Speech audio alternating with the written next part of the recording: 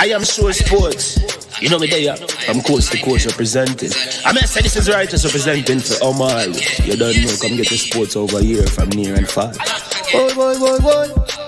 Me say I am sure sports, one thing me sure about. When me say sure, that me not doubt. Come get your sports, get it over here. Come subscribe, repost and share. I am sure sports, one thing me sure about. When me say sure, that me not doubt. Come get your sports, get it over here. Come subscribe, repost and share. If me not sure, that me not say it. Know who score, that me not say it. Never know the game play, that me not say it. If me never seen a game, me not know who play. For your sports news, better come over here so. For your soccer news, then come over here so. If you don't love sports, still come over here so. For the day done, you are gonna love over your son.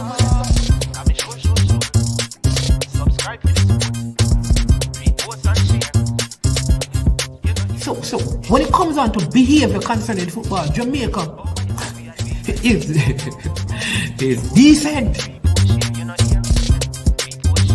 I am sure that if we can get all of these things done, set in place by the end of April, it gives us enough time before the World Cup campaign. Not afraid of no Brazil, no Argentina with these crap of players. We are good enough. Remember, like, subscribe, share. Listen, comment, let me know what your thoughts are. Trick Jerk Marinade gives your meats and vegetables authentic Jamaican jerk flavor. The spices are directly from Jamaica. Spices like jerk seasoning, allspice, Scotch bonnet pepper, fresh scallions, thyme, ginger, and garlic. The key ingredients to a great jerk marinade. 0% sugar and low in sodium. You want to try it? Made up of 18 Jamaican herbs and spices, add delicious, bold flavor to your next grilling experience. Flavoring sauce, a marinade, basting, condiment, or topping. Trick Nick Jerk Barbecue Sauce. William Knibb Memorial High School D-Cup Alumni presents its third annual fundraising barbecue on Memorial Day, May 30th, 2022. Wear your favorite jersey to Wilsonwood Park in Mount Vernon, New York. Remember to take exit 12 off the Hutchinson River Parkway. Music by DJ Mad Max of Sound 1000. Proceeds to aid the William Knibb High School Costa Cup team. For more information, contact Keegan 304-607-4034. Our Codfish at 954-639-2991. Proud of people, it's important. Remember, make sure say Ono did that.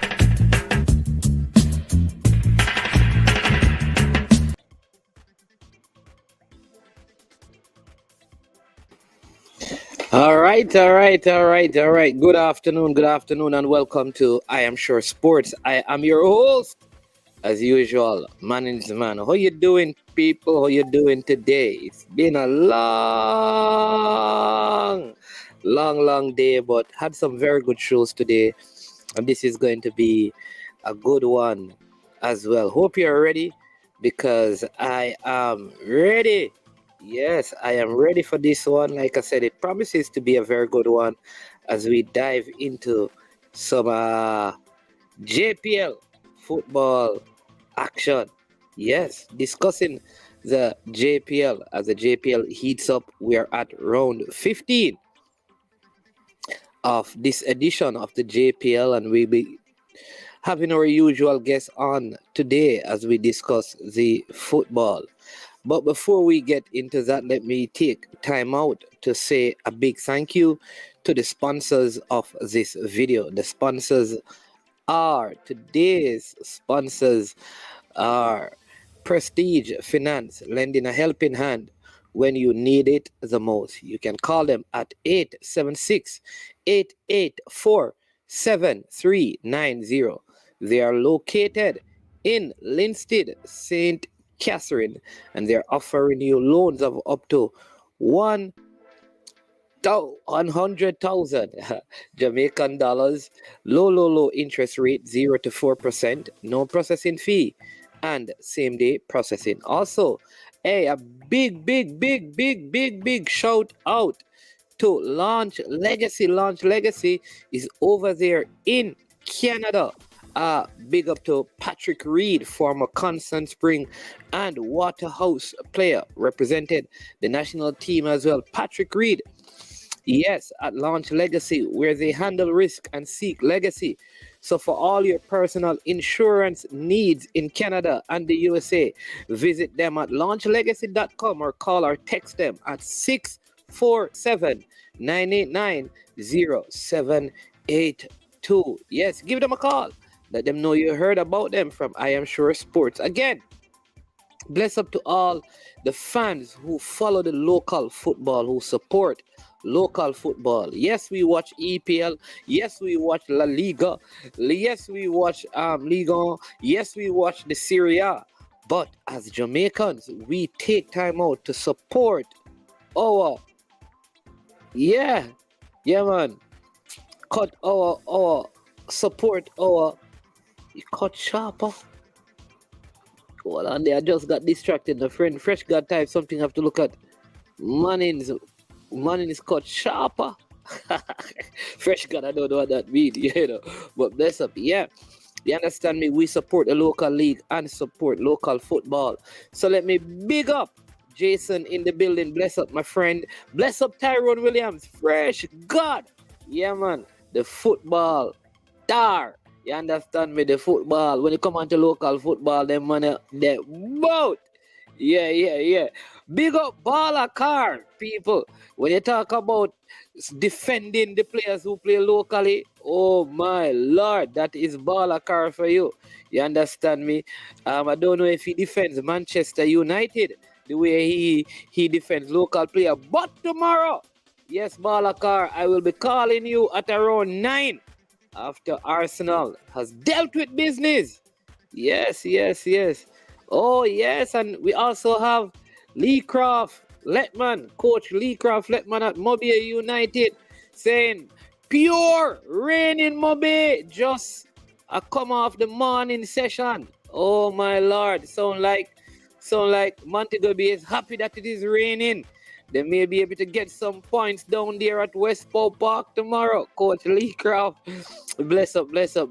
All right, so we have our guests. So let's bring them on. You know this one. Yes. This man is called, he is the man with the money. They call him Mr. Rudolph Speid. Yes. And then we will also bring on the ex-officer, the one who defends the one with the money. Yes, his name is Mr. Christie. So I have a money man and I have a security card for the money man in the building today. I don't know. You understand? You say if you want money, you know who to shout. And then if you want security, we know who to shout. And then we also have one of the other managers. He's in the comment section. I'm going to send him the link. He is the banker. So if you want to save the money, this is the money link. I'm telling you, the football not ordinary in Jamaica, You understand me? You have security, you have money, and you have banker. Yeah. That's how the thing is. What? Welcome, gentlemen. Good to have you. How you doing today? Well, I'm good. Right. Thanks for having us. I'm Mr. Speid. How you doing, sir? Not bad, I just coming out of a three-day convent, 3-day course with CONCACAF to deal with our coaching school. So that is why I had ghosted everybody for about 3 days. Oh, go ahead, Mr. Speid. Yeah, that's why I had ghosted everybody and nobody couldn't get to me for the last 3 days. But thought it was important for the country for us to, put our ducks in a row so we can become a CONCACAF convention member. So, as you know, when we give license, it is a CONCACAF license. So we're close to reality now, very close to reality. So we're working on that. That's what we're working on. Okay, so explain. Just take a little time at the beginning of the show to explain to us what actually happened. There was a CONCACAF coaching convention. Workshop. Because normally when the people in Jamaica hear about convention, they hear about church convention.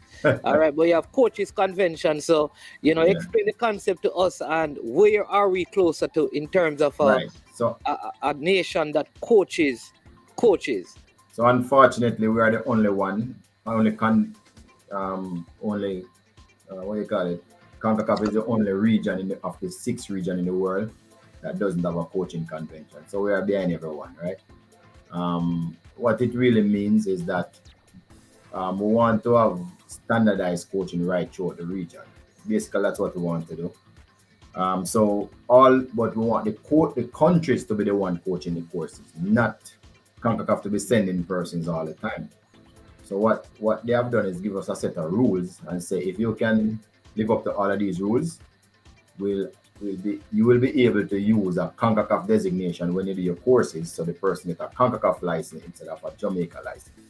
And this year, all 41 member countries voted unanimously for the convention to go through. So if you get a coaching license in Jamaica, a C license, it is good in Canada, USA, Mexico, Costa Rica, Trinidad, Cayman, anywhere. So you can just move within our confederation and coach, and your license will be accepted. Remember now, if you get a CONCACAF coaching license and go to the UK, they will tell you, no. We're not accepting that. So that is our next stage that we'll go to. But we're really trying to standardize coaching in the region. So everyone in the region will have access to the same type of coaching, same type of knowledge, etc. And that is why we do it. Okay, so basically the next time coaches in Jamaica do a coaching course, what they'll see on their certification is CONCACAF. C license, yes. C license. We can. Yeah. No, yeah. Well, yes, but for the B, we have to get CONCACAF people to come here and do it. We are not qualified. We are qualified to teach C and D. Okay. Right. So that is what we're working towards. So the next time you have a C license, it will be a CONCACAF license. Yes. So we had a convention with, there was Barbados, there was Bermuda, Cayman, another country. So Grenada, I think. So all of those countries came together to go through the process of how they get here. And we were the hosts because I think we had done remarkable well in getting closest to the project as possible, the process as possible, completing the process as possible. Okay, and so that also means that those territories, other territories that are here, they also are able to do the same thing, or is it that they plan to come to Jamaica to get their CONCACAF certification? No. CONCACAF is the one who certified them, but they came to Jamaica mainly because we were a little bit ahead of where they were in the process. So we just had a workshop to make sure that they will kind of understand what we went through to reach where we are. It was a lot of work, a lot of nights. We have some really good people who are very committed for the process. You see, we see coach licensing or improvement in the coaching as the only way out of the quagmire that we are in, because you need good coaches at the lower level to be able to teach the players properly.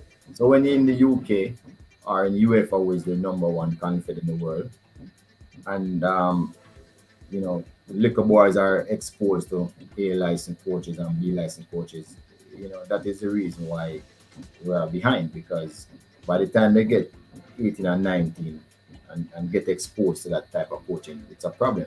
So when a 19-year-old does well in Jamaica and you bring him over for a trial, and the coach probably say, okay, this training we're playing in transition, or we're playing in possession, those players overseas know exactly what they are supposed to do already.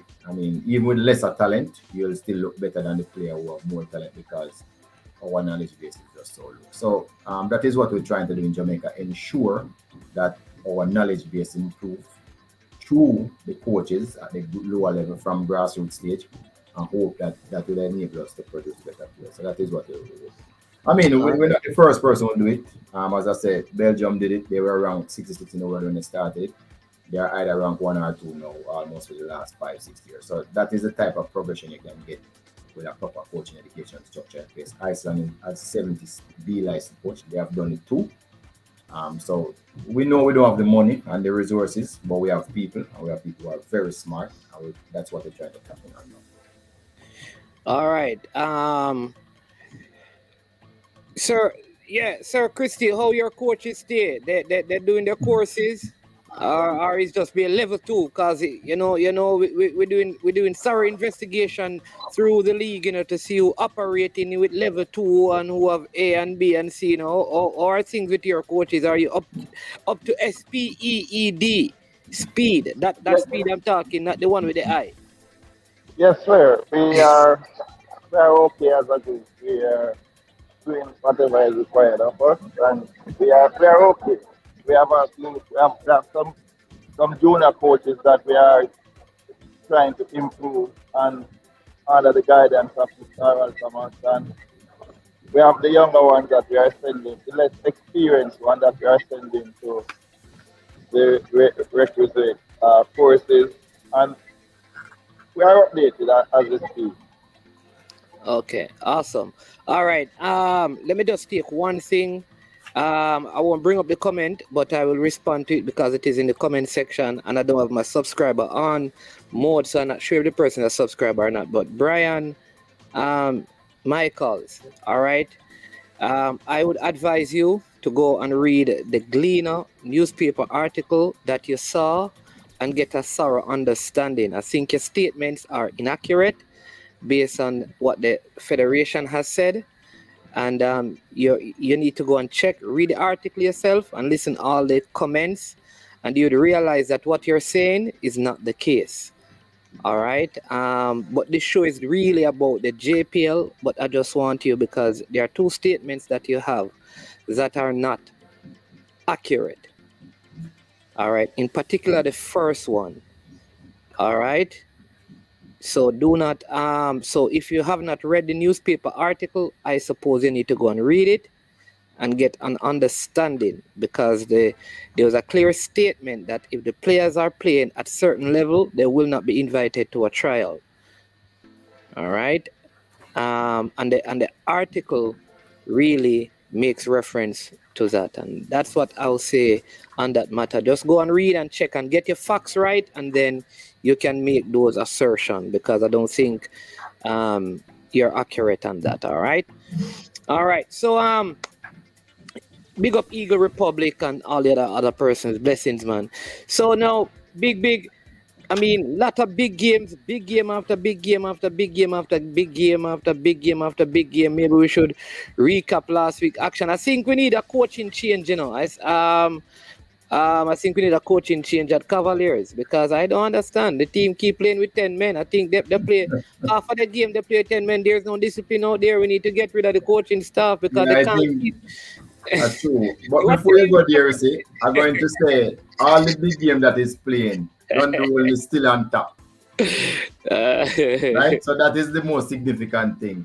And you're right. I think it's the coach must go at Cavalier, because I just feel that the players have no discipline anymore, and coach needs to leave. Yeah, I think so. Everything rise and fall on leadership. Every other game, somebody get a red card. The coach can't get his team to keep 11 players on the field. If you had a coach like that as a manager, Mr. Christie, what would you do? Well, I was at the game and it was unfortunate. No, I'm not asking if it was unfortunate or not. I'm not asking whether they had a game or not. If you have a coach and you play 14 games, and 7 out of those 14 games, a player get red card, what would you do with the coach? Well, I would have a meeting with him, and we would have to explain what is happening with his charge, and then we would take it from there. Okay. But you say you were at the game, and it was unfortunate. Yes, sir. Yeah. You see, this is a real manager. See a real manager right here. See a real manager give a straight up answer. What if the problem persists with the replacement coach? You sack him also? What if the problem persists with the subsequent coach? Would you sack him as well? Yeah, I've asked that kind of question before, but here's the answer that I always get. All right. So a man said to me, if you are in a relationship and the lady is cheating on you, night and day, no matter what you do. No matter what you do, she keeps cheating. Do you keep her because you don't know if the next one will cheat, or do you change her and then hope that things will change? That is the question that you need to answer.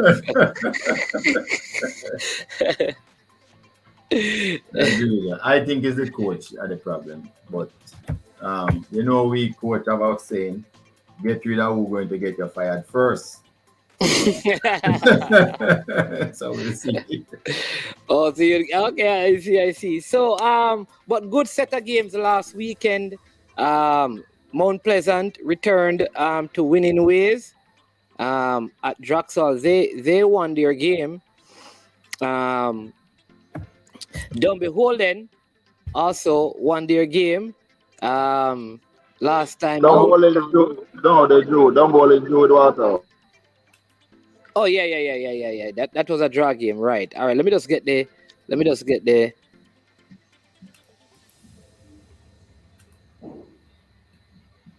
see if we can get there. Yeah, right. Mullines and Mount Pleasant were the only team who won. So Mount Pleasant defeated Veer by a goal to nil. A game that started late. They had some confusion at the beginning of that game because of some equipment that the ambulance didn't have. And so the game started late. Very, in fact, without even I'm the reason why. Let me say that I was part of the reason why the game ended up playing. Let me say that. I had to bring mine. I had to come home to bring mine to the game so the game could be played. The piece of equipment that was not there. And I don't know it wasn't, but here's what I know. The vehicle that brought me from the venue to my yard and back took 30 seconds. I am sure. And they were stopped by the police and it still took them 30 seconds. I think traffic. Well, you know, sometimes we always have bad news, but the JFF has bought 12 defibrillators to give to all the Premier League clubs. So it's just a matter of us getting the requisite training, and then they will be given to us. So in the future, there will be an immediate improvement because every club will now own one. So that's some positive, and I think they value about $500,000 each. So that's really positive on the JFF half, you know, to get those stuff for it. Oh, so there is enough for every club in the league right now. Every club if they know how to use it. Okay. So we're working on that. So some clubs who have doctors already may be able to just get them. Others will be able to prove that they have been trained, and then they'll give it them. Yeah, and Mullines won. But I also hear that fun fact, we had a player that decided he wanted to join a boxing club, and and at this point he's no longer at our club because we're not a boxing club. Our players are usually tackling though. No. Well, he said that at his club, there. I understand him, man. I understand. Yeah, but Mullines also won their game against Mobile United 2-1.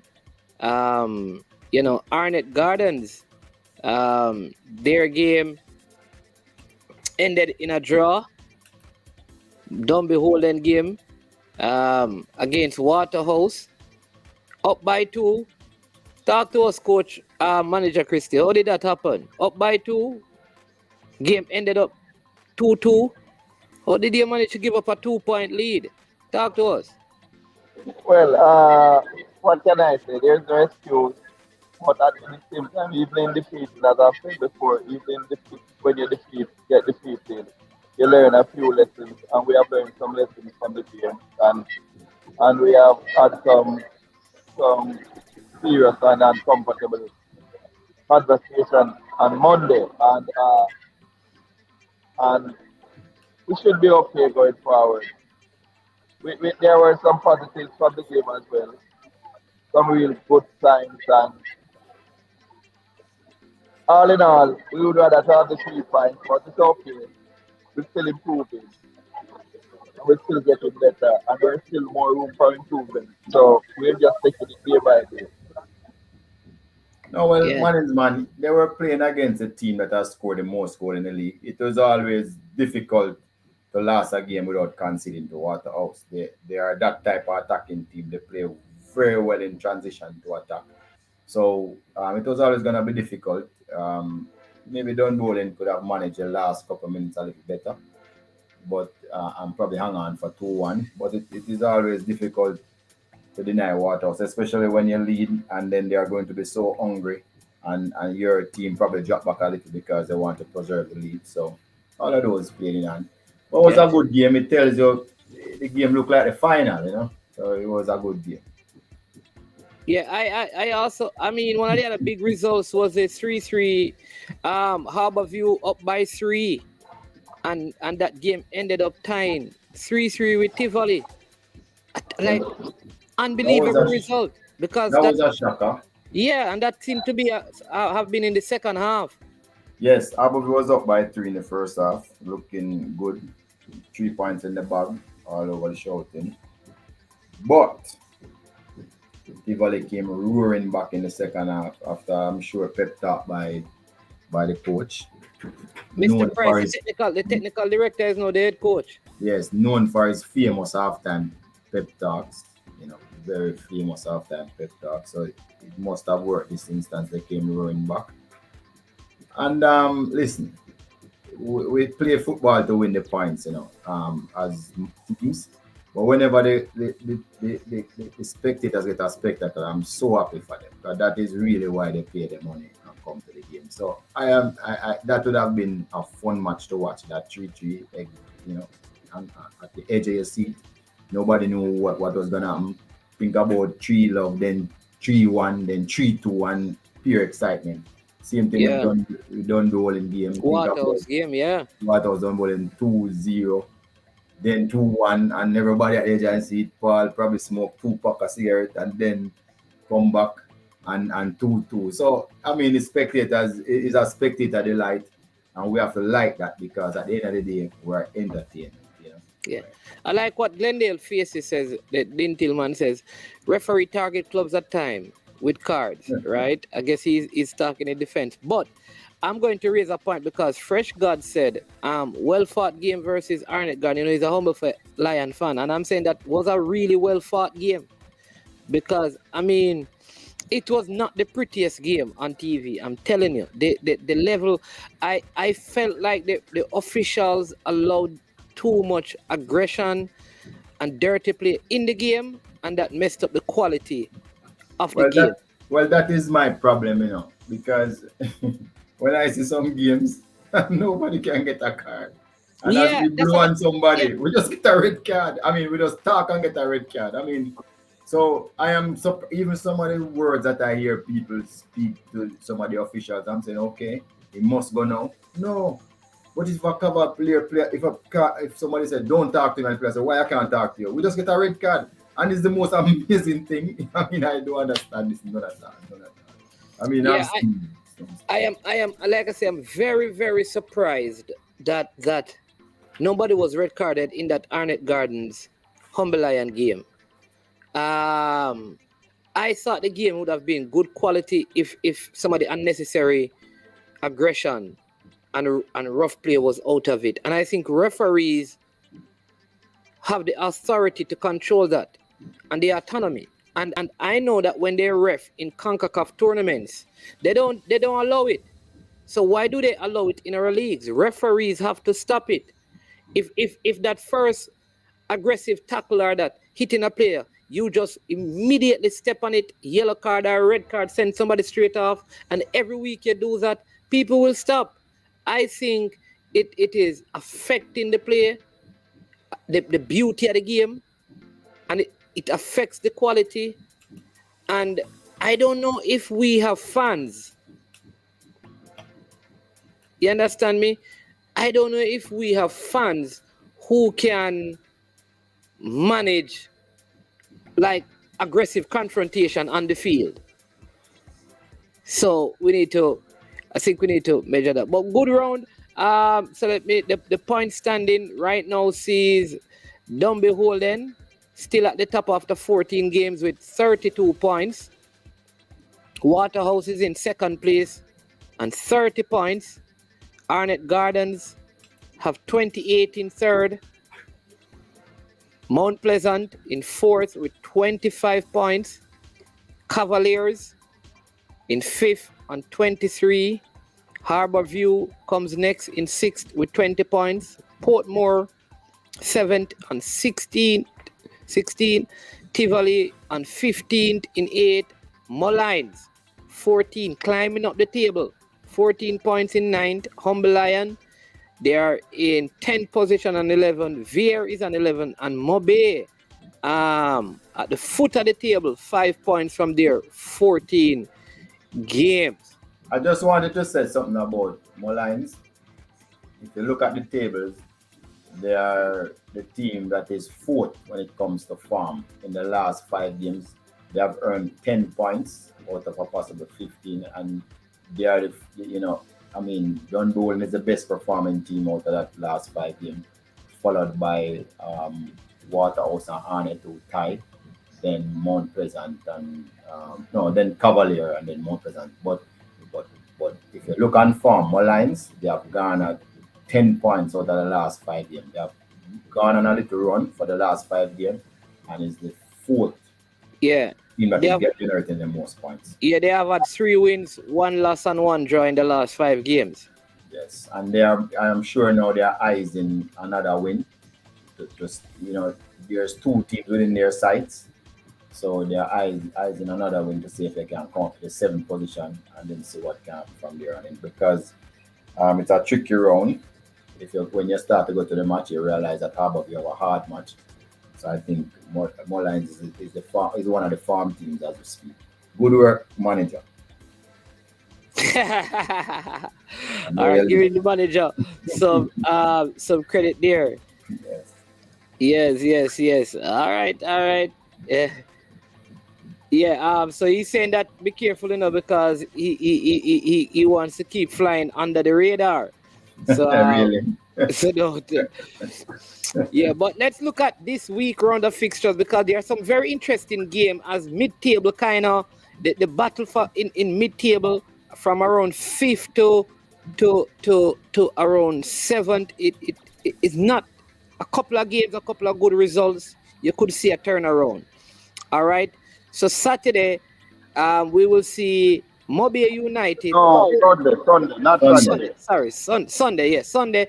We'll see Mobile United hosting Mount Pleasant at Westpow Park. All right. Wally Downs still unavailable. He returns on the 25th. So he will not be around. So he's coming back for the big game against Dunby Holden the next weekend. All right. Making sure that he's there for that game. And just to say, who's listening, man, squash the rumor. Wally Downs is not fired. No, he's not. He's on vacation. Yes. Right. So I am going with Mount Pleasant with a clean sheet and Daniel Green to score again. 3-3. I'm going for the 3-0 victory for Mount Pleasant over Mobile United. What say you, Mr. Christie?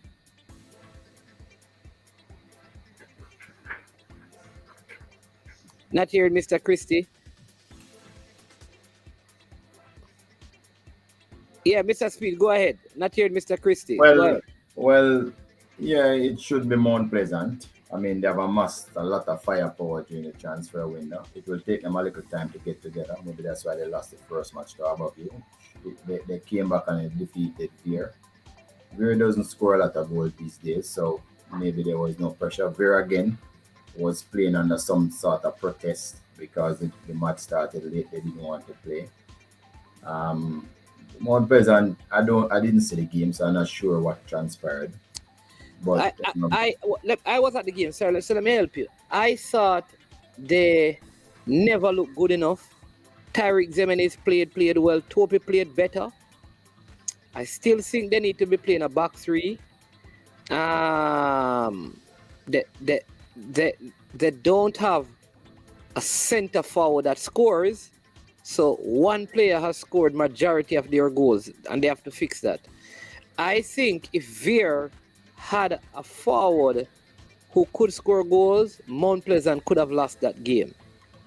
But it was a brilliant goal by Daniel Green. And so when you're playing a team so far down the table and it takes absolute brilliance to beat them, then obviously your team is not living up to its expectations. But then I watched the Mobile game and I don't know, I don't think Mobile is offering anything. I mean, they look out of sorts. Credit to Mullines, but they look out of sorts against Mullines. Right. So, I would say I am not going to totally write off Mobile, for the same reason. There's no way they're going to play 22 bad games. It's just not possible. So I'm thinking that at some point Mobile is gonna feel energized and get somebody against the rock and pull off a win or pull off a draw. I am not convinced about this Mount Pleasant team yet. So I have to say I believe Mobile will still lose, but by just a hard goal. I don't think it's gonna be a big win from Mount Pleasant. Okay. All right, the next game, and this is the first game that will be played at the Wembley Center of Excellence down in Clarendon. That's where it's scheduled to play, right? That is VAR versus Tivoli Gardens.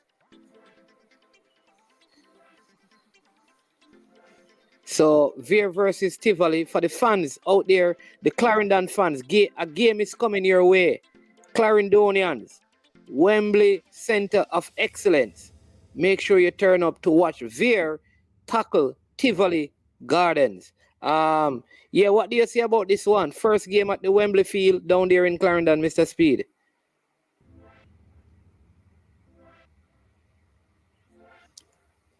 You're muted.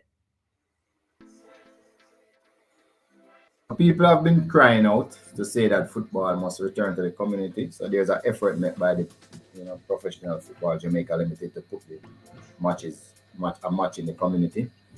And people will get to see VAR play. They'll be on their home soil. They have been road runners, a lot throughout the season. Must have affected them somewhat in their preparation and how they play. It's very difficult to travel every weekend. So I hope VAR put up a good show, better than what they have been doing, so far. And but again, VAR hasn't convinced me. They have actually been the team that score the least amount of goal in the competition from the start. To make it worse, they are not their usual self. And I don't know if I was seeing doubles, but I was sure that I saw Cadine Davis over by Humble Lion on the bench last weekend. I might have been wrong, but I'm sure that's what I saw. He's not there. That's for sure. Right. He's not. Yeah. Right. I thought I saw him on the Humble Lion bench. So again, I don't expect VAR to win a game because I don't know if they can score a goal. I don't expect their defense to hold up because they have shown that they can hold up like last year. So I'm going to go with Tivoli with a 1-0 after coming back from 3 goals down. I'm sure Tivoli is at I will believe that they can score a goal and just eke out the narrowest of fixtures over there. Yeah. Yep. I am going with Tivoli to win this one as well. Though VAR is a very stubborn team. And they are integrating some youngsters. In fact, they have a 15-year-old that played for them who has gone over to Germany and he at that tournament to Holland, and he was a tournament MVP over there. Good youngster. I think he was that young player that played in the league. So he's over there now. So congrats to him. But yeah, I don't see them getting the better of Tivoli. So I would agree with you that's going to probably be a win for Tivoli Gardens. Humble Lion and Cavaliers meet at the Captain Horace Center, right? I don't know. The game is gonna be played at Arnett Garden, at Tony Spalding Complex. At Tony Spalding. Yeah, at 3:00. At 3:00. All right, and it's a home game for Cavaliers. Humble Lion on a high, showing good form in the league as well. Your outer player, Irwin, I don't know. I mean, maybe he's not one of the regular starters for you, but nonetheless, will not be available for this game as he was red carded. Yes. What say you, Mr. Cavaliers? I'm going with a drawn game, This is going to be a third draw because I don't know, Cavaliers not scoring enough goals for me. So the fact that Humble Lion has a way, no matter how poorly they may play, they always seem to find a way of getting a goal. Paisley is playing some good football. They do have Paisley and Jebison. I mean, he's playing well. Their defense seem to be playing better with Xavier and Virgo and Afiba Chambers and Taylor. I think is a difference maker in that team. Dennis Taylor, their goalkeeper and leader, he's back in there. So I am going with a draw. I just don't trust Cavaliers scoring goals. I'm not convinced that the coach out there has worked out how to get the Cavaliers team to consistently score. I think they're a little bit slow in transition, though they have very speedy players, but they're not going to concede a lot. So I am going to go with a 1-1 scoreline. Well, the truth is, a lot of matches between Cavalier and Humble Lion has actually drawn. And I think we're very close as to we probably share the amount of wins each. So they're always close match. There's never any blowout except one match that I think Humble Lion gave Cavalier 5-0 at the end of back end of a season. We run out some youngsters. So, but I've looked at this Humble Lion team. They are very stubborn. They I think they have drawn the most games in the league. They play rough, which is a little bit surprising. They play, they're very physical. No, sorry, shouldn't have been surprising because their coach come from another team, Boston, who actually play in a similar manner. So, but again, I think it's gonna be a hard fought match, and it could go either way. But based on where the both teams are, I just think Cavalier have a little bit more to lose, and one way or the other, Cavalier probably will get out a win here, even by the odd goal. What do you think, Mr. Christie? Yes, Mr. Christie. Cavaliers versus Humble Lion. What say you? I think Cavalier will lose just enough to get the better of Humble Lion, and based on they did not get a favorable result. Well, it was a good result in some ways. And being down to 10 man, I think that they would want to get back in the win column. So I think that they have enough. Yeah. Although if they can keep 10 players on the field for the duration of the game, they might win. They can keep the level. But I think in the first round, they edged Humble Lion by 1-0. Yes. Yeah, that was the score. And last year we did defeat them 2-0. So we have a little thing going now. But at the end of the day, the match against we are the team that missed the most goals. Nobody can ever say we are the team that missed the most goals. Every single match we missed tons of goals. Even in Portmore, we tell men they appear as if they wanted to win the game more than Portmore. I was at that game. Mm-hmm. But again, you have to understand the game. We were 5th, Portmore was 7th. There's no need to give Portmore 3 points because at the end of the day, it's a top 6 control. Last year, we only had to win 3 games to win the title. After the playoff, this year we might have to win 5. So as long as we're in the running, we understand what we have to do. So we didn't want to take any chances and give Portmore looking for that particular game based on the point structure. So that was really what happened. So we never really, although we went out to get the win, we didn't go all out.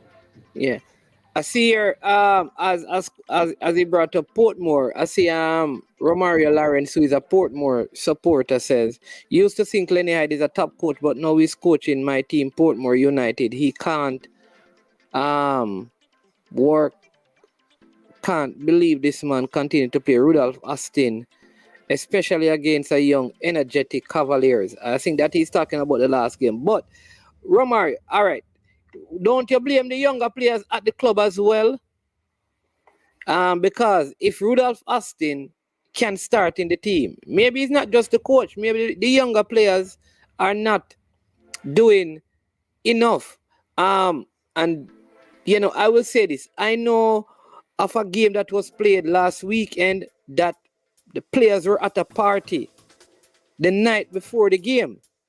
So they had a game the Sunday, and they had a party the Saturday night. I'm wondering, like, aren't these things in the players? I don't want to digress too far, but do the clubs provide contracts where by a certain time and on the day before the game, Mr. Speid, do your players have to assemble at some place or give their whereabouts, or there's nothing in the contract to help to discipline them? Because you can't have much the Sunday and then party the Saturday. And I'm saying that the fact that Rudolph Austin can be a fixture on the Portmore side is not a problem with the coach. It's probably a problem with the younger players who are not stepping up to the plate.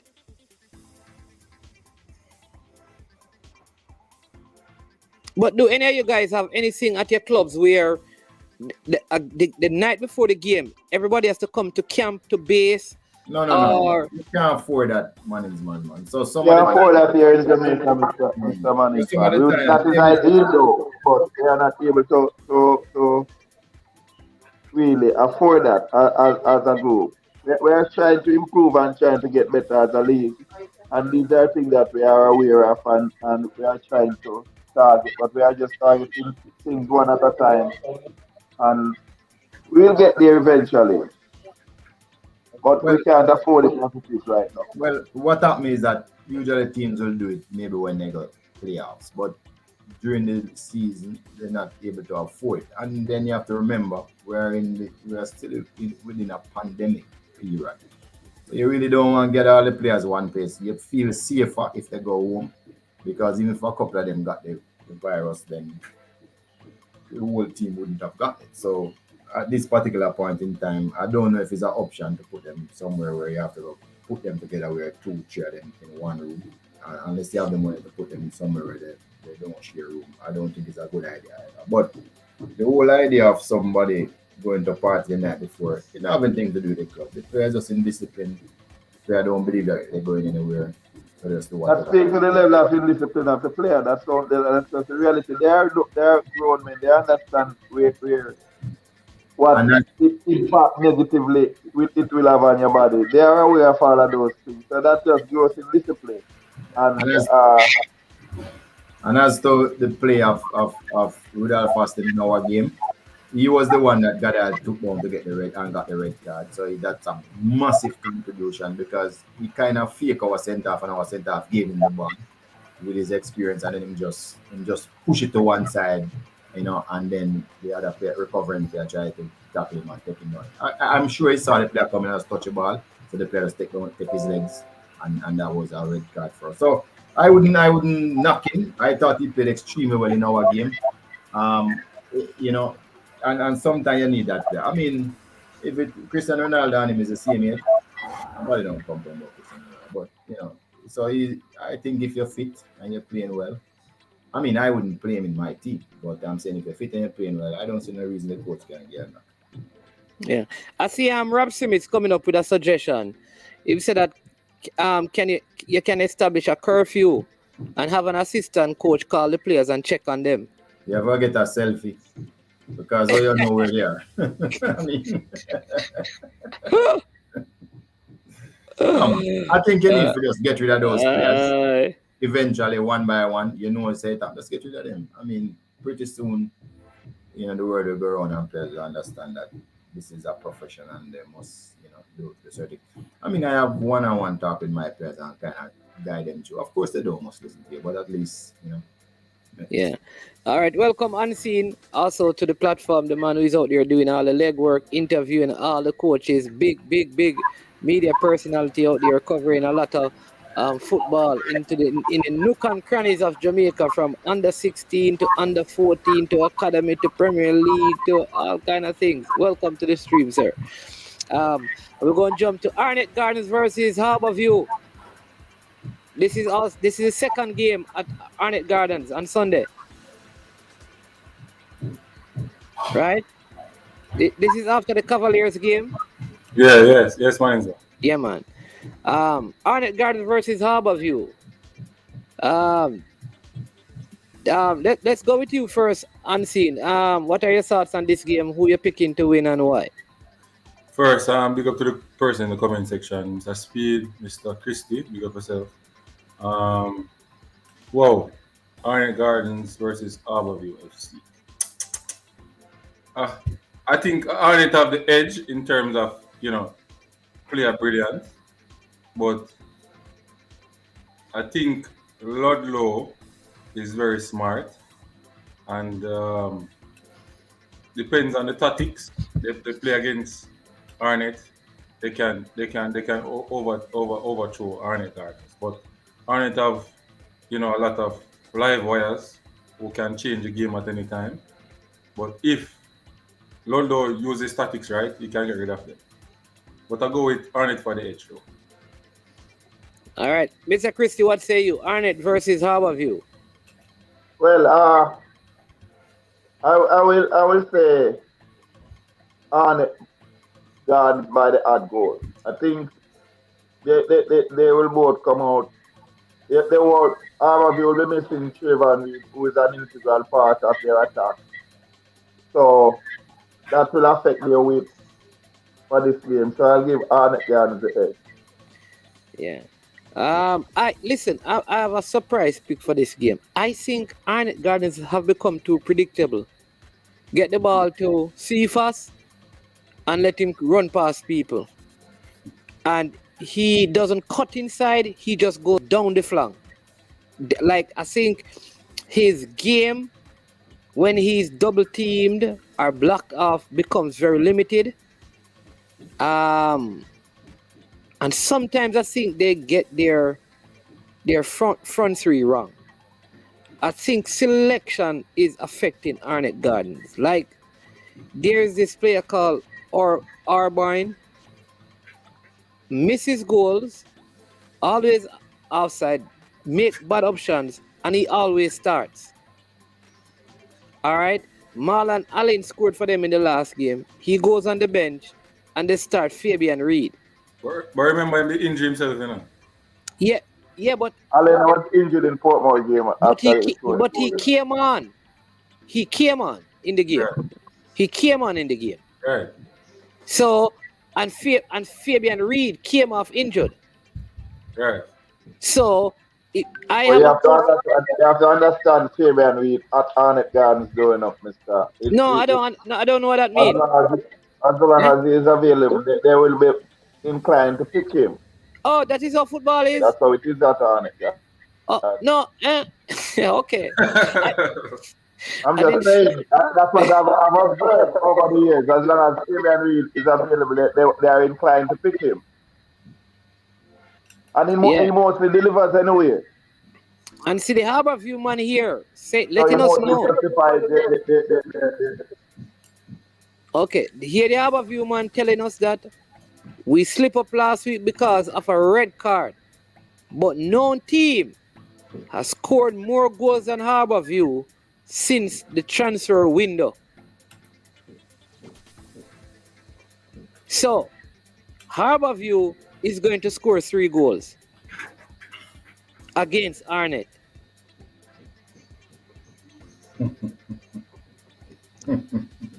So if Arnett going to win, they are going to have to score 4.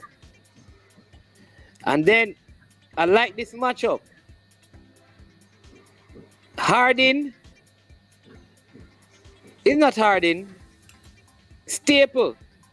It's Staple because the last time Staple met That's not a Cephas, good matchup, though, you know. That's not a good matchup, though, you know. it was not Mr. pretty Mr. at Stable all. not looking forward to that I am matchup, you know. telling you, because the last time Arnett Garden played Harbour View, It was the Cephas made them look like a bunch of babies. But their defense line has improved because they have added back Talbot to that defense line. And they're up front with Colorado Murray and Hamilton. They have gotten better. That's the player. Colorado Murray is finding back his feet, and he can be very, very dangerous on any given day. When he gets it right, most goalkeeper not able to stop it, and he's gradually finding himself again. So I think it would be maybe a 2 or 3-1 or a 3-2 win. But I think over the 90 minutes, Arnett will get the edge. All right. Sir Speed, who are you going with? Well, Arnett at this particular point is the most exciting team in the competition, more exciting than Dundee, who is a team who just win 1-0, 1-0. Arnett they play very enterprising. They give you opportunities to score on them. And this is why I think Harbour View will take those opportunities also. And score on Arnett if Arnett give them opportunities. Harbour View, on the other hand, has been sound defensively too. Before this game, they actually probably had the best defensive record. So if it is a game where the team that can defend best win, I have to go with Harbour View to win this game. Bloody is very, very good. I know that the coach that was I think Arnett Garden assistant coach has returned, and he was a part of that early, burst. Success. Eric, he's back? I think so. Because the competition has finished. I think he's back. He will be back. So we really need to take this one in stock. It's going to be a really good game. I have a feeling though that it will be a draw because Arnett Garden is hard to deal with and Harbour View. So is Harbour View. But I think this game will be a draw. It's going to be like a 1-1 or 2-2. Okay. All right. That again will be at the Jungle. And listen, one of the things that I can't understand Arnett, they have a little player that they just bring him on, I think, sometimes for the purpose of the fans. It is not like strategic as it relates to the game. No, to be fair to that player, though, he was a player that came on and scored against some bowling. He scored about 3 or 4 consecutive games. Yeah. But I am saying not every game, though. But it seems like I don't know. I'm not there until. Man, he's the super sub, man. He's a super sub for the Premier League right now. He's the most impactful sub for the entire Premier League right now. Man, not every time right now. He's the most impactful sub for the entire Premier League right now. The stats is showing that. All right. I hear y'all. I beg to differ, but you don't know. All right, for real. If him don't look score, at the numbers, though. If him don't score no goal, man, him keep the ball and he make you kick him down and you get a lot of fouls and stuff like that. Okay, all right. Yeah. Let's see. But it's not all the time it works, though. Okay. All right. Well, this is one of my big surprise games of the week. Dunby Holden versus Mullines United. But I'm going to let you guys go first, and then I'm going to give you my surprise pick for this particular game. I have a big surprise. Who wants to go first? Don't go first. Go ahead and see. All right. So, I start with the positive first before I go to the negative. So, for me, it's Dunbowling. But Dunbowling, to me, they play like 30-35 minutes of brilliant football. You can't stop them. 30-35 minutes of brilliant football. Christian dominating, Phillips playing well, everybody doing well. But after that, when 45 minutes come and first 10 minutes in the second half, the tempo started to drop. Then when you look on the bench, they don't have like-for-like changes. You understand where the bench is weak. So that's when I think if Mullines step up at second half, them can get back themselves in the game.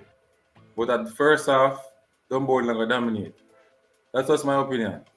So, but I give Dumbo in the edge because when you score first, it's hard for next team to score on you. So, I give Dumbo a 2-love victory over Mullines. Wow. All right. Mr. Christie, coming down the line. What say you?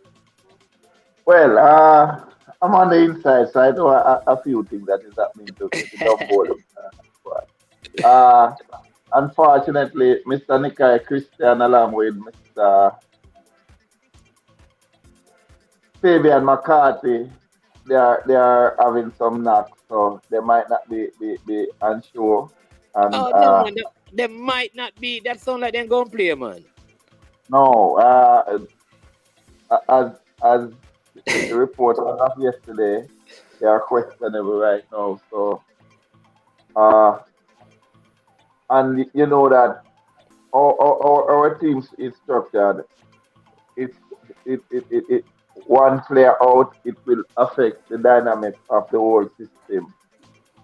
We try to play on a principle, but when we inject, not every player have the same impact. Right. So it might well be. You're looking at if you look at it from a table standpoint, you might say it's a foregone conclusion for Dumbo. However, I know that for us to win, for Dumbo to win this match, Dumbo would have to come and give a workmanlike performance. And I know that they have the quality. We have the quality over there to give a workmanlike performance, and it might just be enough to get us over the line. So I'm giving Dumbo now at the odds goal win for this one. Yeah, Maybe Mr. Christie, Mr. Christie, every week you come and you're going to talk about your team, one of the things that says that we have game time decision, and every time so far, the game time decision has ended up playing. So here's the thing. All those who are questionable will be played, people. So Mullines, don't make the reverse psychology catch you here. These guys are going to find a way to play. Don't be willing don't want to drop any points here. So don't for 1 second believe that Nikai Christian and Fabian McCarthy will not play. But they are going to play. They're going to find a way to get them up to scratch. So don't worry yourself. Honest, man. If them sick them for rest, Eh? If them sick them for rest. You're resting at the second half. It don't really matter, rest. No, they're going to rest at the second half of the game. They're not supposed to play because they're supposed to find somebody fit in the position. Well, let's see. Mr. Speid, what say you? Dumby Holland versus Mullines. And then I'll give you my surprise pick. And before Mr. Speid come on, remember that Dumbo, Mullines is one of the farm team right now. All right, go ahead, Mr. Speid. You're muted. I'm saying Mullines is one of the farm team, but Dunby Olin is the farm team. I mean, they have only lost 2 matches all season, and they have managed to put together 2 good runs. It's not like they're inconsistent. They got defeated by Waterhouse in the first round, and that was early in the season. Then they went on a run until they got defeated by Arnett Garden. No other team has been able to defeat Dunby Olin. So I went and I watched them the other day. There's something about their style of play. It was very good, entertaining in the first half. Then in the second half, they completely shut off. So so it is true that they play well sometime and then they shut off afterwards. But Mullines has a really good set of youngsters. The Nelson brothers, they are playing very well. Nicholas Nelson, since he has been caught nationally, has been, creating chances, scoring goals. It's gonna be hard to handle. I'm not gonna pick a winner here. I think it's gonna be another draw because I believe that Dunby Olin is not putting our team after they go lead 1-0.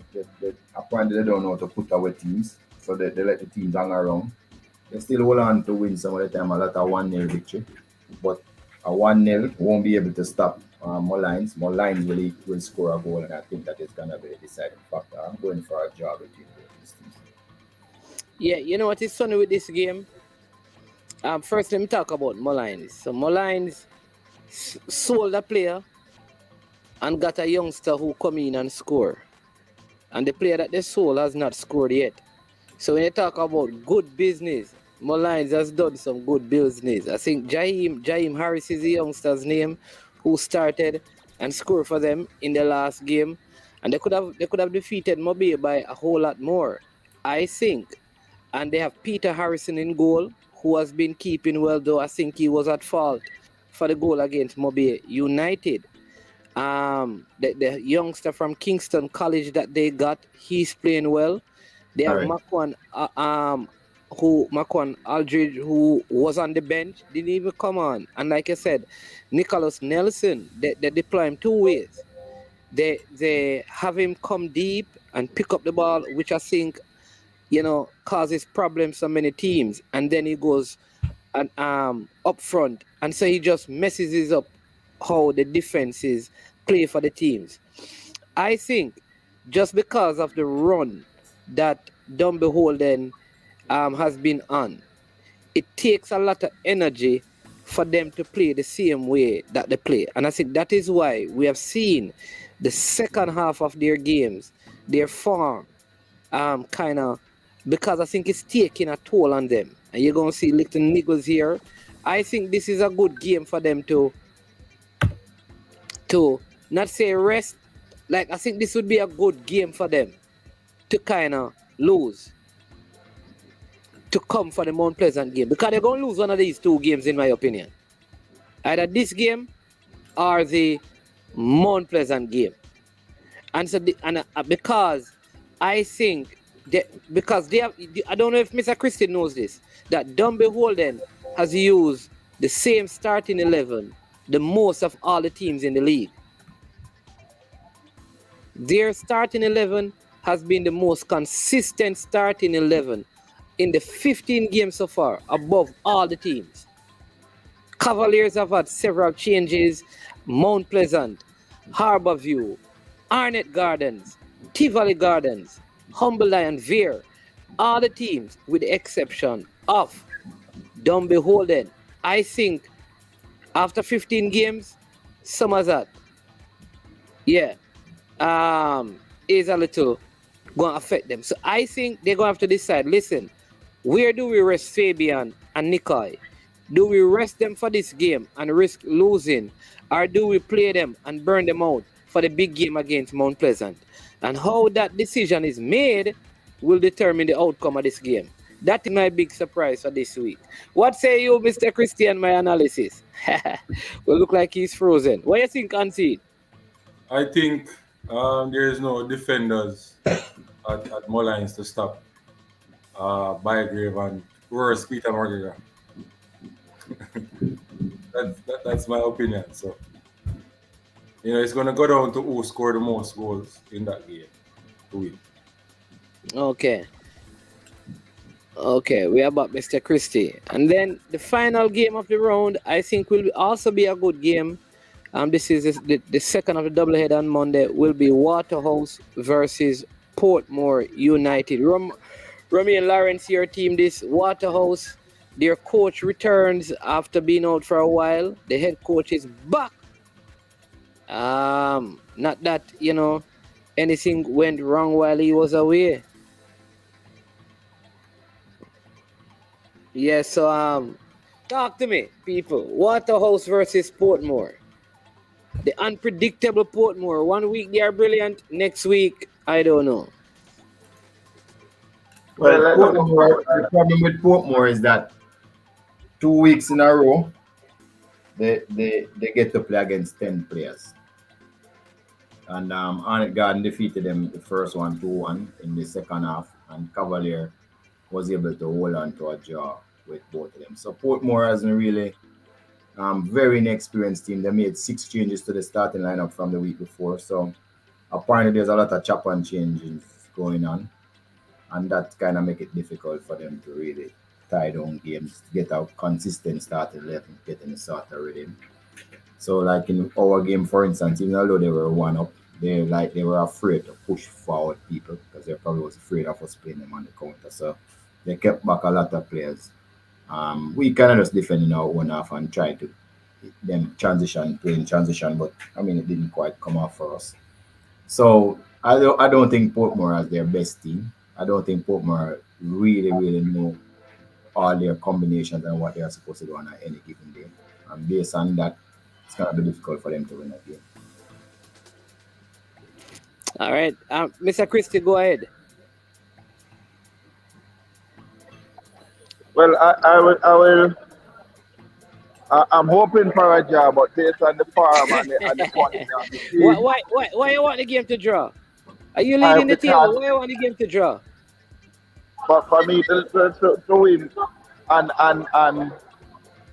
the people are chasing would get a draw, it would set good for.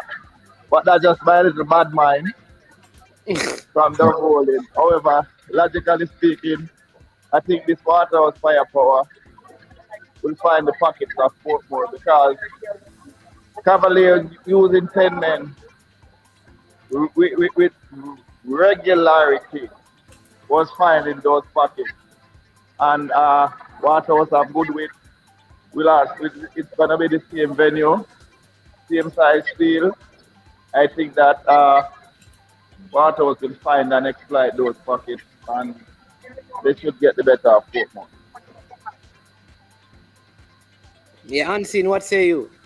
Waterhouse, playing very well, played the big team, done bowling and come from 2 goals down to draw that game. Bembo really playing some good football, consistent football. He's the man that, brings this Waterhouse team, him and Denardo Thomas.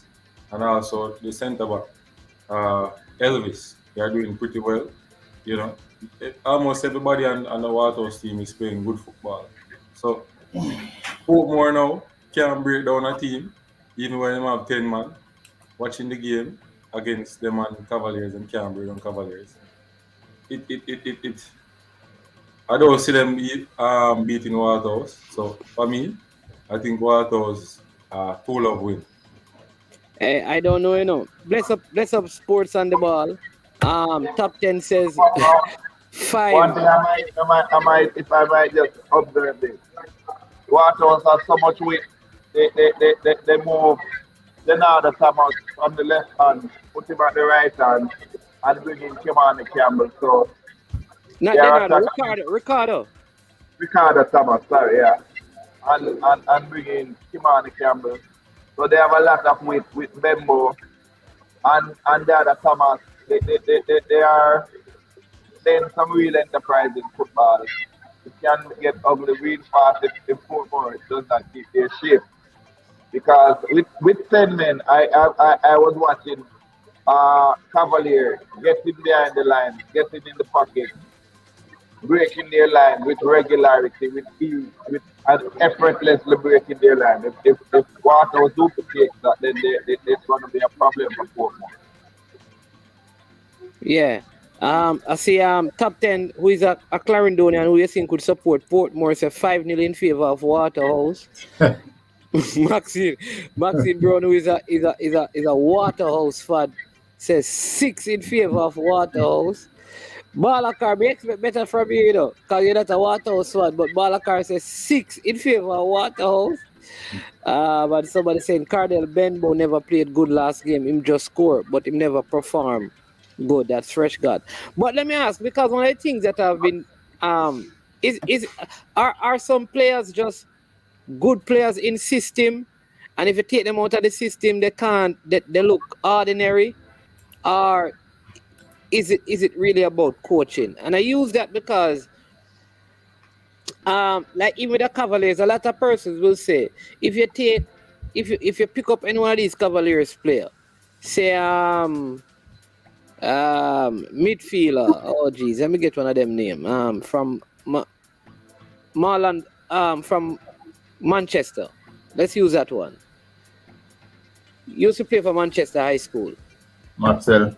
Marlander Maxwell. Let's say if you take Marlander Maxwell and say put him in like Humble Lion. he will not look as good as he looks at Cavaliers because he's a system player. And they use that sometimes to say, look at Benbow. You take Benbow out of the Waterhouse system, you put in at Mount Pleasant, he struggles. All right. Is it really true that the players are system players? Or is it that the quality of coaching is not good enough?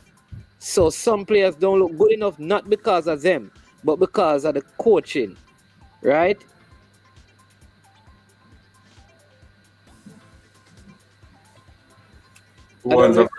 Yeah, go ahead. Well, look here. This is the era of tactics, Anybody don't recognize that this is the era of tactics in football, you're going to get yourself in some serious trouble. It is no more. You can always coach and tell players say it's laissez-faire and they must do whatever they want to do. That's fine. But the team that knows what to do in the moments and the coach that have the right tactic usually is the one that prevails in the game. So players now have to more learn that they must learn to play what the team is playing. Is a team game now more than ever, not so much individualistic game. So yes, some players will definitely fit into some system because that system actually allows them to bring out their natural abilities, while other players will never fit in because the system don't allow the same. So if you look at a Liverpool team where people can understand more, you would never find a player in that team that can run. You will not find a lot of players in that team that not able to run up and down the pitch every single time of the day. While other teams where you play a little bit slower, you play tiki-taka, then it's more of a passing positional game. So yes, it is true that some players will not strive in some system because it naturally don't suit them. Yeah, Unseen, what say you? I try to, kind of put it together. All right, so the specific, you said it's because of Bembo, right? No, just generally. Just generally. Right. So I mean, no, I don't want to pinpoint any player, but there is a concern that some of the players, and people even use schoolboy football, they will say you take some of the St. George's players and you plug them in the Premier League, them look, but in George's they look so great because there's a system that they have been learning, and when they come into the clubs, the whole thing is different. So, but go ahead. So let's not keep it, and people could probably say that about probably JC players as well, or KC players, because rarely do we find even KC players coming out of the Manning Cup, coming into the Premier League and say, yeah, he's showing the same form. We see Busy struggling. I mean, Christopher Pearson. Mr. Speed, what happened to Christopher Pearson? We haven't been seeing him. The man just appeared. He's like the Holy Spirit. Pam. Well, he just appeared. Migrate. Yeah, he's overseas, but he has a little knock too, so he probably has to do a minor surgery. What? Minor. Might not. Says he's overseas on business or personal reason. So he actually went over to play with our team, and then he has a little issue. So he will not be in action for Cavalier now or in the CFU Club Championship. So he will not be playing. Okay. Will he be a part of the U20s? He should be based on what the time. Yeah. All right. Okay. But go ahead, Unseen. You're going to respond because that's good information. Thank you very much for that, because I'm saying that I can't believe Cavaliers take the man and then the man can't make Cavaliers squad. That's even on the bench, see? Can't make the squad. The man can't make a match day squad. So it's good to know that he's away. All right, go ahead. Yeah, man. So I would, in some cases, some players cannot, go in other system and do well. Why? Because of what the coach imparts on them from grassroots level. Teaching players how to play different positions, and teaching them to understand your roles and responsibility in each position, right? So, for example, you have a defender, right? You teach him how to play midfield and defensive mid and number 6. No, right? sir. No. Unseen. No, Unseen. I thought them teach you the D license thing. No, this is the system, I say, no? No, man, I that them teach up on the CONCACAF coaching convention. I teach you. Tell your centre back, teach your centre back to play forward. I that them I tell you if you do unseen. No, listen, man. Make sure no go on, you know. You must have a player who can play different positions on the field. Where you get that? Which coaching school you get that from? It no matter which coaching school, you have common sense that. What? No, man, that's not common sense in a football, man. All right, man. That's an unseen sense. Yeah, unseen sense. Yeah, go ahead now. But not common sense. All right. So you can play a different position on the field. So if you can play centre back, you supposed to play right back. No, unseen, man. Hey, unseen. Why you think Messi so great? Messi can play forward and Messi can play. No, let me tell you what. Yeah. But when you speak about, hold on, let me interject for a second. Systems, look at Messi in Barcelona system. It's not the same Messi in the PSG system, and it's not the same Messi in Argentina system. You have some system that build for that some player will do very well in, and some system that they're just not able to replicate in. And that's a fact. Yeah, no, I'm giving unseen trouble because I know what he's saying, but some say it's unseen. You don't need to teach your centre back how to play defensive midfield. You teach him to play centre back, but the skills that he learns at centre back helps him to play CDM.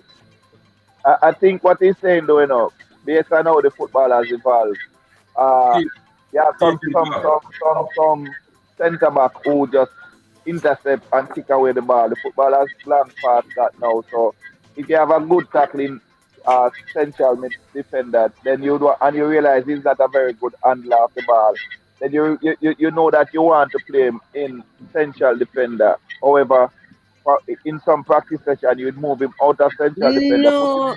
No. Well, let me say this way. I hear what you guys are saying, but here's what I learned as a coach. If I have a center back, right, and I want to build and play the ball out the back, I coach him, I help him to do that. That kind of play helps him, if I need him to play CDM. So that means he can play central defensive midfield, though he's a center back, vice versa. All right? Follow me though. What I'm not going to do, what is not advisable in football is that you teach your center forward how to play center back. You teach him the center forward skills that will allow him to play if he needs to on the right. He can play on the left. He can play with a 2. He can play as a central striker. But it is the one position you teach him. But the skills allow him to play in different positions. I think that is what you mean.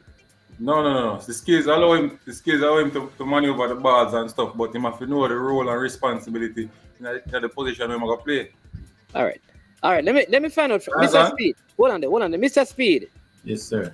Do you teach your players all the roles and responsibilities on the field? No, I use specialist players. So exactly.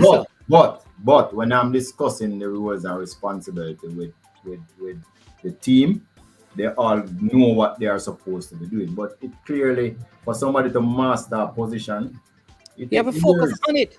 Yeah, it takes years and years.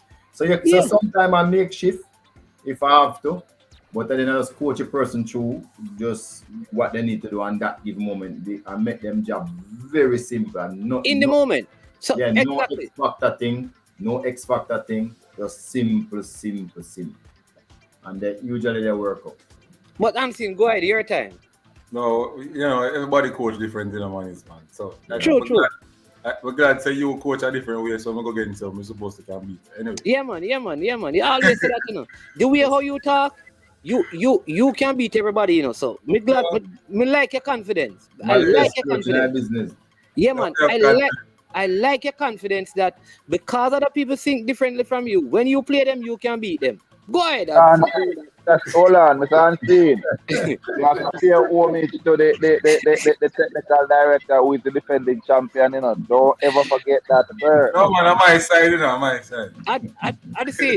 Unseen. No win competition, you know, Unseen. We win. Come on, I win all Major League and Soup and D1 and all of them things there, brother.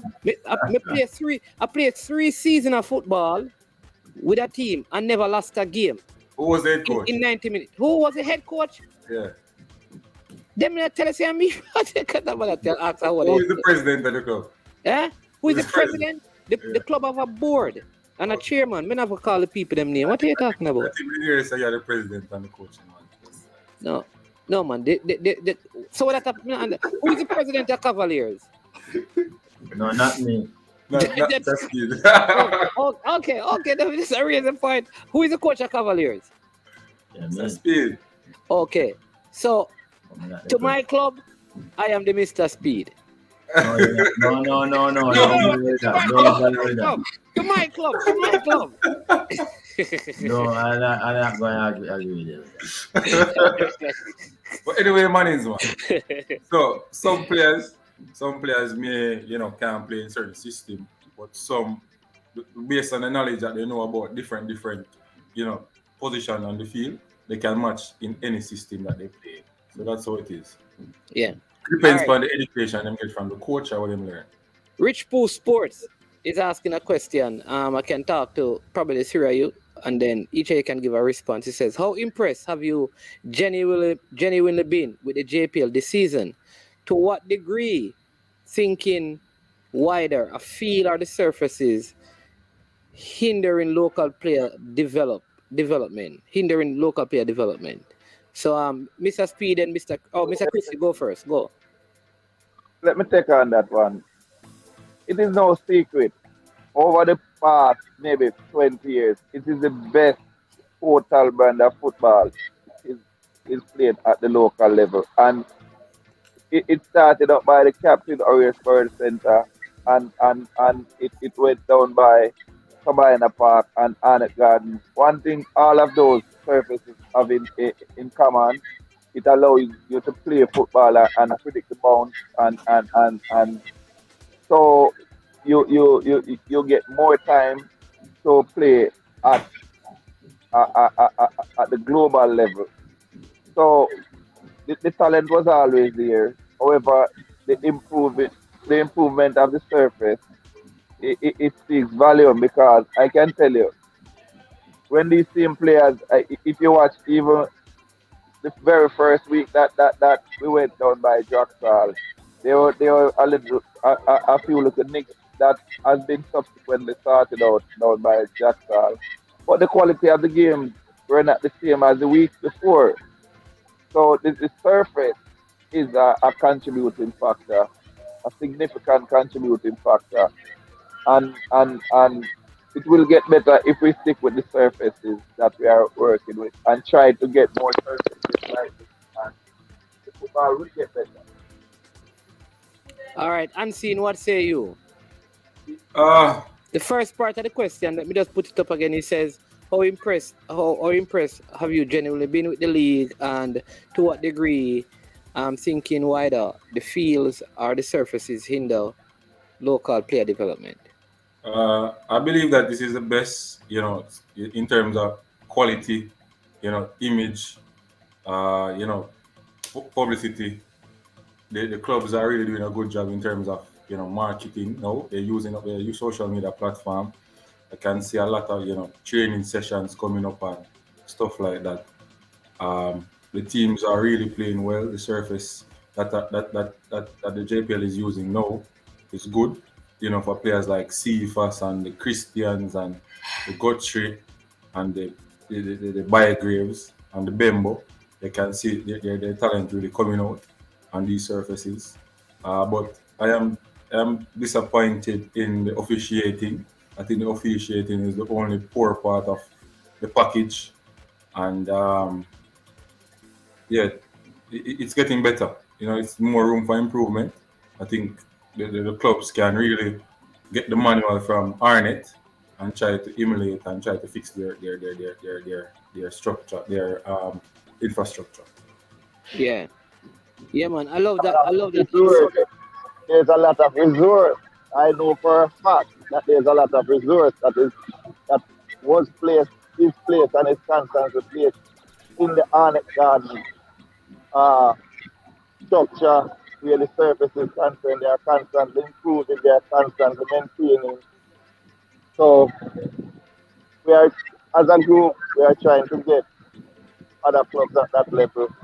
But it's a fact that the best surface at a club level is Jamaica is Arnett Gardens right now. But they are putting a whole lot of work. It didn't just happen overnight. Yeah, but what I'm saying though is that it can't be a matter of just financial resources, because Mount Pleasant has financial resources and Arnett Gardens has better infrastructure. The stands, the surface. So it's more than just having resources, because you understand me, you can have the resources and the surface is People are not a the best. people are a part of resource, though, the human resource. There's also the Yeah. human resource that people don't look at. Yeah, man, but The that's human what. resource and the know-how. Yeah, that's what Unseen is saying. Unseen, we are talking about the field, and so what he's saying is that whatever they're doing at Arnett Gardens, other people need to emulate. And it's not just having financial resource, it's to emulate what makes it happen. And I think part of the reason is that Arnett Gardens don't even train on the field, which is a very important factor in keeping the condition of the field up to par. I must say two things. I'm very impressed with the kind of support the league has gotten from the community. I mean, even the last game, the turnout was fantastic. And a couple of these games, they had rain. And I think if it wasn't for the rainy conditions, you'd probably had a packed venue, even more people coming out. And I think if the team had won the last game, it would have just increased the numbers for their next game. So a lot of kudos to the Arnett Gardens community, because they have come out and supported their club. I mean, Mount Pleasant don't have that kind of support yet. None of the other venues. Westpole Park, though they have a very good surface, because you play down there. I heard that I haven't seen it, but I heard that the Westpole Park surface is also in immaculate conditions as well. Right? Haven't seen a game on it, so I can't speak to it. But Well, when I played on it, it was maybe it's unfair for me to give an objective analysis on the surface, because it was raining and the drainage was not at its very best. But the surface itself, you can see that there was a lot of work that was done on it. It is good, except for the training. Okay. Yeah, Mr. Speed, you want to take a stab at this question? Yeah, well, put it this way. At the end of the day, we always talk about surfaces, and I'm going to say it has some bearing on how player develop. But there's advantages and there's disadvantages, because where you have the best surfaces are in Europe, and then you really don't have the best control of the ball necessarily from Europe. If you look at the South American, their touches are so clean and sharp, and that is why they get so much money in Europe to score so many goals, because they score so many goals. So if you look at some of the Africans, then clearly what they used to play on is really not. They don't have an inch of grass on some of those. So yes, it goes away, but I wouldn't say it's the main thing.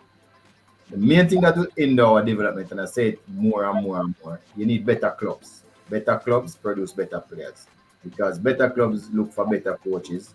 Better coaches, better train, can develop players at a much faster rate. So I am finished with the debate about the surfaces that we have, because I know over the years that I've been in football, the only person who can fix enough surfaces for us to play on is the government.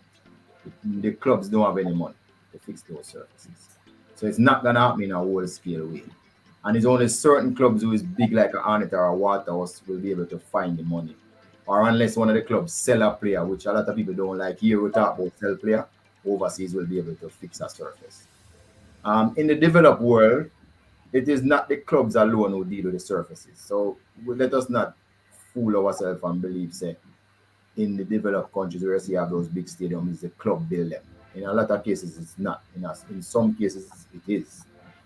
So unless government decide that they are going to spend a lot of money on surfaces, it's not going to happen in Jamaica. What do we do in the meantime? Sit down and don't develop? No. You have to teach people how to play properly, teach players the moments of the game, teach players how to be professional. Because it's not just the venue. If you have one professional player playing on the best venue, you don't make surfaces, it don't make any difference. If you have the best surfaces and the coach don't know what to do, it don't make a difference either. These players will never become world class. So I'm going to say, yes, it is important, but it is overrated, and we need to move on and look to other things like coaches development, club development, build capacity so people have good managers, good agents, all of that in Jamaica. And I think will improve dramatically because as a nation, we are among the best in the world when it comes to people resources. Yeah. Hey, people don't. I mean, come on, man. Hit the like button. Quick and fast. Quick and fast. All right.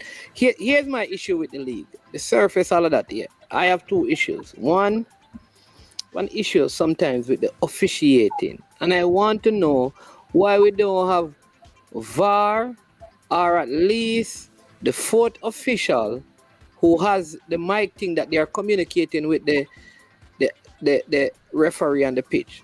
Why can't they just look at a video, sit in the, especially for the TV game, sit in the commentary booth or close, get a TV to stream the commentary right in front of that area and look at a certain place, certain calls, and say that call is come and look at it.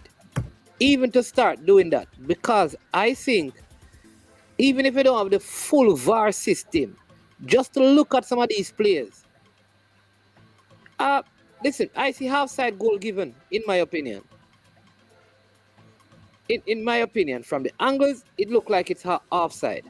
And I've seen some tackles that are, in my opinion, are totally unnecessary, especially on the TV games. And I hope that we can find a way. I know it's very expensive, but I did hear that VAR could be it's in Jamaica. So I don't know if it is. I heard that they have everything already, the cameras and everything. It's just for them to get the software, whatever they use. The software? Whatever they use. You understand me? Mr. Speid. Yes. Any update on the VAR for this season? There will be no VAR for this season, as far as I know. Remember, you can't use VAR unless it's in a regulation. All of those things are part of it. Oh, it have to be like in the regulation for the league itself from the beginning. Yeah, you can't just start. But isn't there a way that we can look at some of the tackles and stuff, man? I don't know. I just think like some of the tackles need to be checked again. Well, what I think is just say the only way officials will learn is if they go back over what they have done and look back over the games. But again, remember, we don't have professional referees. We have referee who work somewhere and then the referee.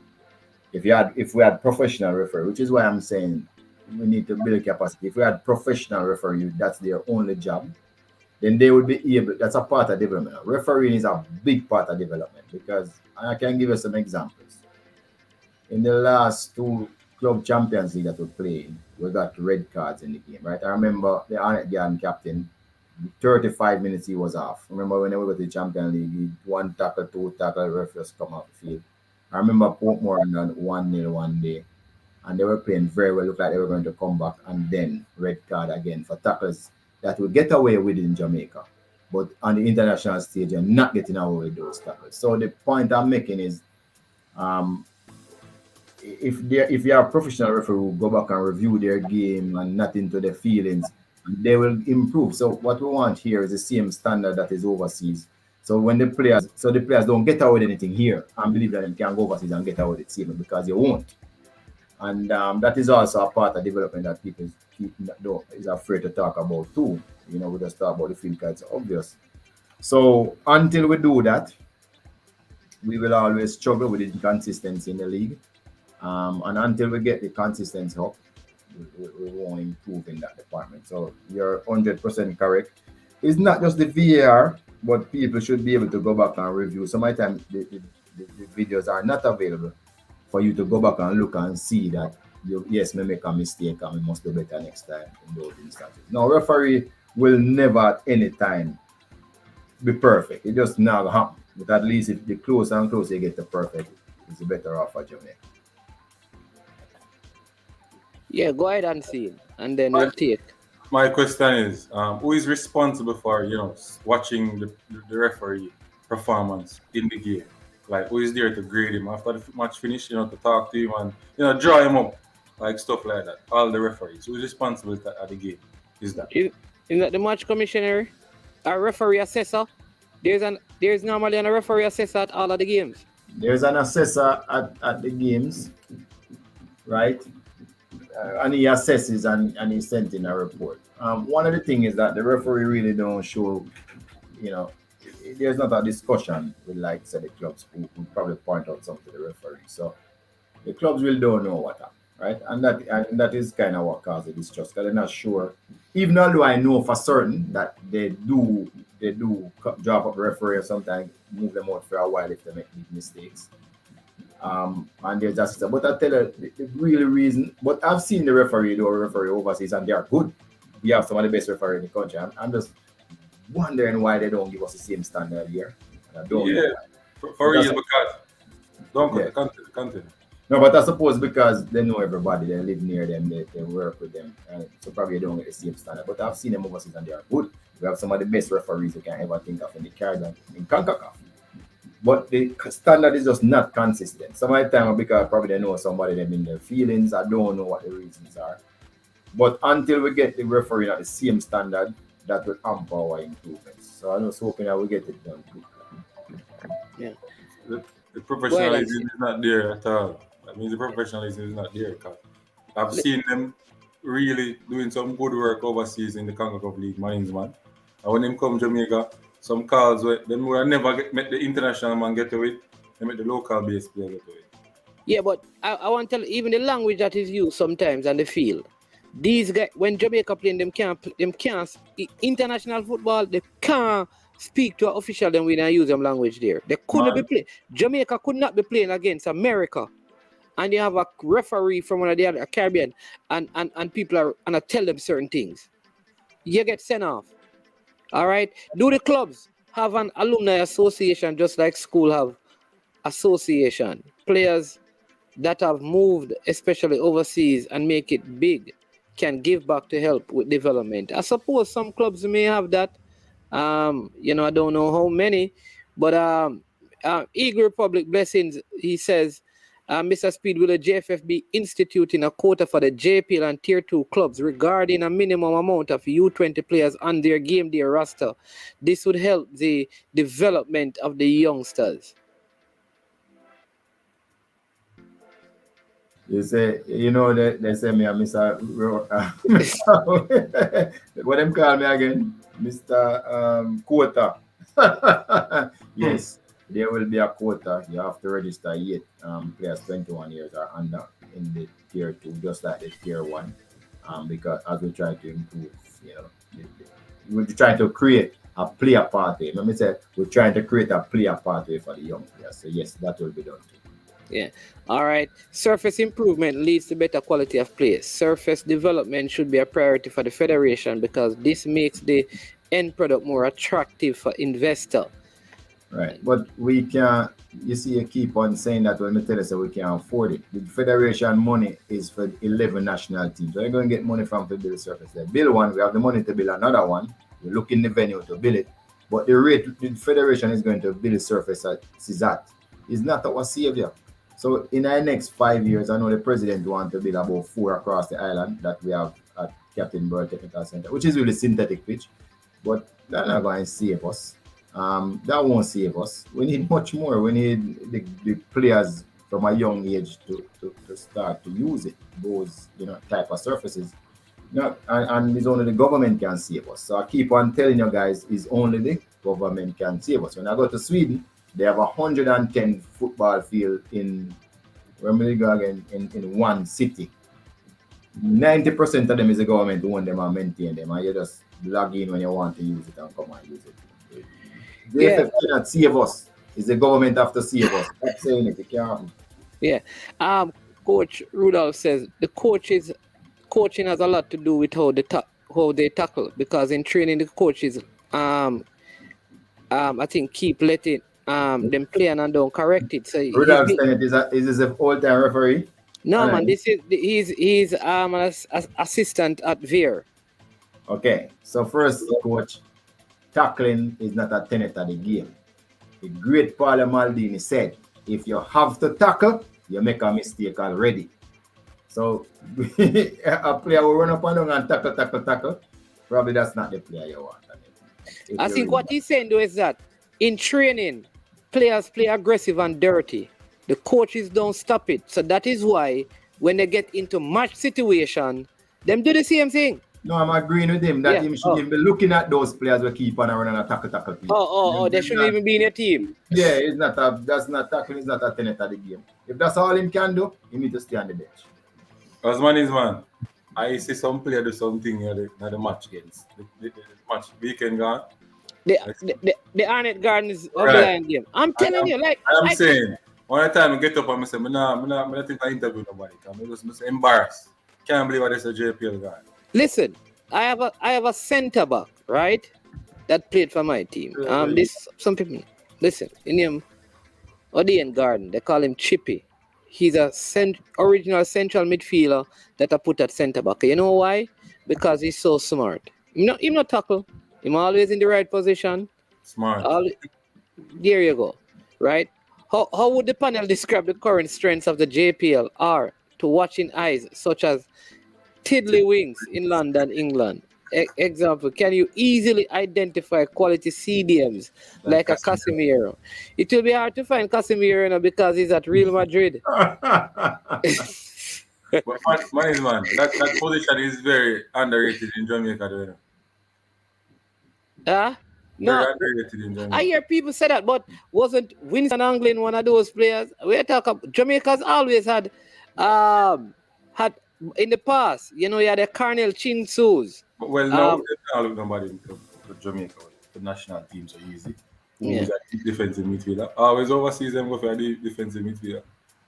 Yeah, but so Tiddlywinks, I think the league is good enough to watch. There are some good quality games, good quality play, and there are some poor quality games and poor quality play. Yeah, well, what I may say with every sport in the world, we can't believe Jamaica is any difference. If Jamaica find a good standout central defensive midfielder, you will find young boys start to come and say, "Oh, I want to be the next central defensive midfielder." It's in every sport. So we have some good wingers. You see, Liam Bailey, your boys come up. I want to be like Liam Bailey. I want to be like Theodore Whitman. Them you see them gather those because it don't mean a tennis and everything. When Dian Bar came on, then you see the whole heap of Swedes in the scope and want to be like him. So yeah, it's going to take a while for us to find that quality central midfielder. We have never found him from even 98. Really somebody who's very outstanding. We have played makeshift players there and they have done well. So I don't think it's a position that players glamour to play. And probably that is one of the reasons why we don't have this outstanding player yet. So we have a few now, like in the Premier League. But I wouldn't say that they are that outstanding like Casemiro is a class. First, I would say coaches, the level of coaching for that position is not really number one in Jamaica. You're 100% right, because in a lot of countries they look at the number 6 as the quarterback of the team. If you have a real good number 6, you have a gem. Because that's where, football is a game. If people talk about simple lines of possession, right? Right. The number 6 is the person that have aligned to every single player on the pitch. Right. And that is why that person does have to be special, and we just not find that person there yet. The number 6 have aligned to every single player. Is the only player who have aligned to every single player on the pitch. Wrong word you're using. We're not build on. Build on. And that's the problem we have. Yeah. All right. Fresh God says, I am sure. Can you ask Sir Speed to ask the higher authorities why the JPL TV is down and why they stop post the full game on YouTube? Yeah, I don't know why. It's I think, remember, you have to understand that how businesses are. So your first season, you get they give you everything for free. Brother, I wanna understand marketing. Then give you everything for free. You don't have to buy anything. You get the app free. You go back or watch it. You go back on YouTube. But remember, people invest their money and eventually they want a return on their money. So once you're hooked, they want you to start paying. That's how everything is. So I am not 100%. I'm just saying that the marketers now has decided to withdraw certain things. They want you to watch a live game to get they want you to subscribe to the television station that is showing it, or they want you to watch the television station if it's a free to hear. And of course, now they say, you want to watch it again, pay a little something because, as you know, it's business. No, don't knock it, because at the end of the day, the league itself needs some of that revenue from the media house so we can help to cover our expenses, because a lot of people just ask for this, the marks for every single thing in the Premier League. Brother, you think somebody have to pay for all the way you will get for free, and usually it's at the expense of the player who say we love. We have to give him a little bit of pay because the clubs just cannot afford it. And if a club try to afford it, it means that the club owners and directors are going to go into their pockets and deprive their kids and the school and other people who they would have contributed to. So, in other words, you have to understand the business, understand, say, after a while, people will withdraw things that they believe that you'll be able to pay for. And it's just a simple market. Yeah. Sir Speed, hold on, I want to ask you a question. Or you can pay for the video. No, well, if you have a sports max app, you can go back and watch the games all the time. You're there. Yeah. Okay. Whenever them play, suppose you want it like as a fan. No, remember, they film everything, so they have it on the app. You just go They play it whenever they want to play. Suppose you want the money. No. If you're on the app, you can look at it and look at it anytime you want. You can watch a game, a whole game. Remember, what he's saying unseen is that when you have the app, when you subscribe. When you subscribe to the app, you can go back and watch those games because the app is not like the live sports match. Right. Okay. You can find the game and watch it. Coach Speed, who is going to sponsor the tier 2? Well, the JFF has substantially sponsored it. The JFF give it. My understanding that they'll pay all the official fee, the match commissioner, match assessor, match commissioner fees. They will give a stipend to the club. I'm not going to say how much they will contribute to their transportation. I'm not going to say how much it is because I don't want anybody to go rob a tier 2 person. And there's some talk of giving them equipment, some sort of equipment to help. So that is, the JFF has done that. A sponsor, otherwise from the JFF, no, that's not on board yet, but they are speaking about it. Yeah. But I just want to say something else again. All of these clubs used to play Super League, right? This competition is for 3 months, or preparation period, and the competition is for 3 months, right? So people just have to find a budget. The prize at the end of it, they are going to have a prize money, but 2 teams will go to the Premier League. If you were playing Super League, you'd probably have the top Super League clubs in Jamaica would normally have a huge expenditure budget. I remember when I was in Super League and trying to come up to Premier League, our budget was 5 million to come back, right? This probably costs the same or probably a little bit less. But guess what? Football is not cheap. Football is not free. If you decide that you want to have a shot at coming to the big leagues, add value to your club, you've got to pay for it. So a lot of people expect the JFF to pay for it. Not going to happen. The JFF will help. The JFF it will use regulation and facilitate the growth of football in Jamaica. But at the end of the day, when you reach where you want to reach and you start to sell a play, you're not going to give back the JFF anything. You're not going to give back anybody at all who might have contributed to your cause anything. So football is really a sport that you have to decide that you have a way to fund your team and then you participate. If you cannot fund your team, sadly, just like all of us in the Premier League, they will all tell you that they funded your team to reach there. then maybe you should not take part in the sport. Give the spot to somebody else who is willing to do it. Yeah, people like that. That's what management do. You understand me? Can't afford it, brother. Yeah, but top 10. It's supposed to start the 28th of May. Yeah. And then Romario Lawrence, you sure made a rest now burial place, man. Is Med Forest here at all? Med Forest matter. Because made a rest in the place where them bury people. You must say them bury Med Forest. No, right now, Romario, Mr. Dalgalish Henry is my friend. I don't want you disrespecting team, you know. What's up? Is there because Medarest is a place, you know? Do them have the is a team? I don't even know. Med Forest Med Forest is the second best.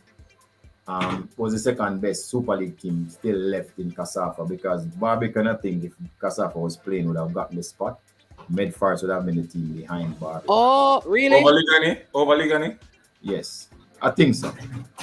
Ligani was the best.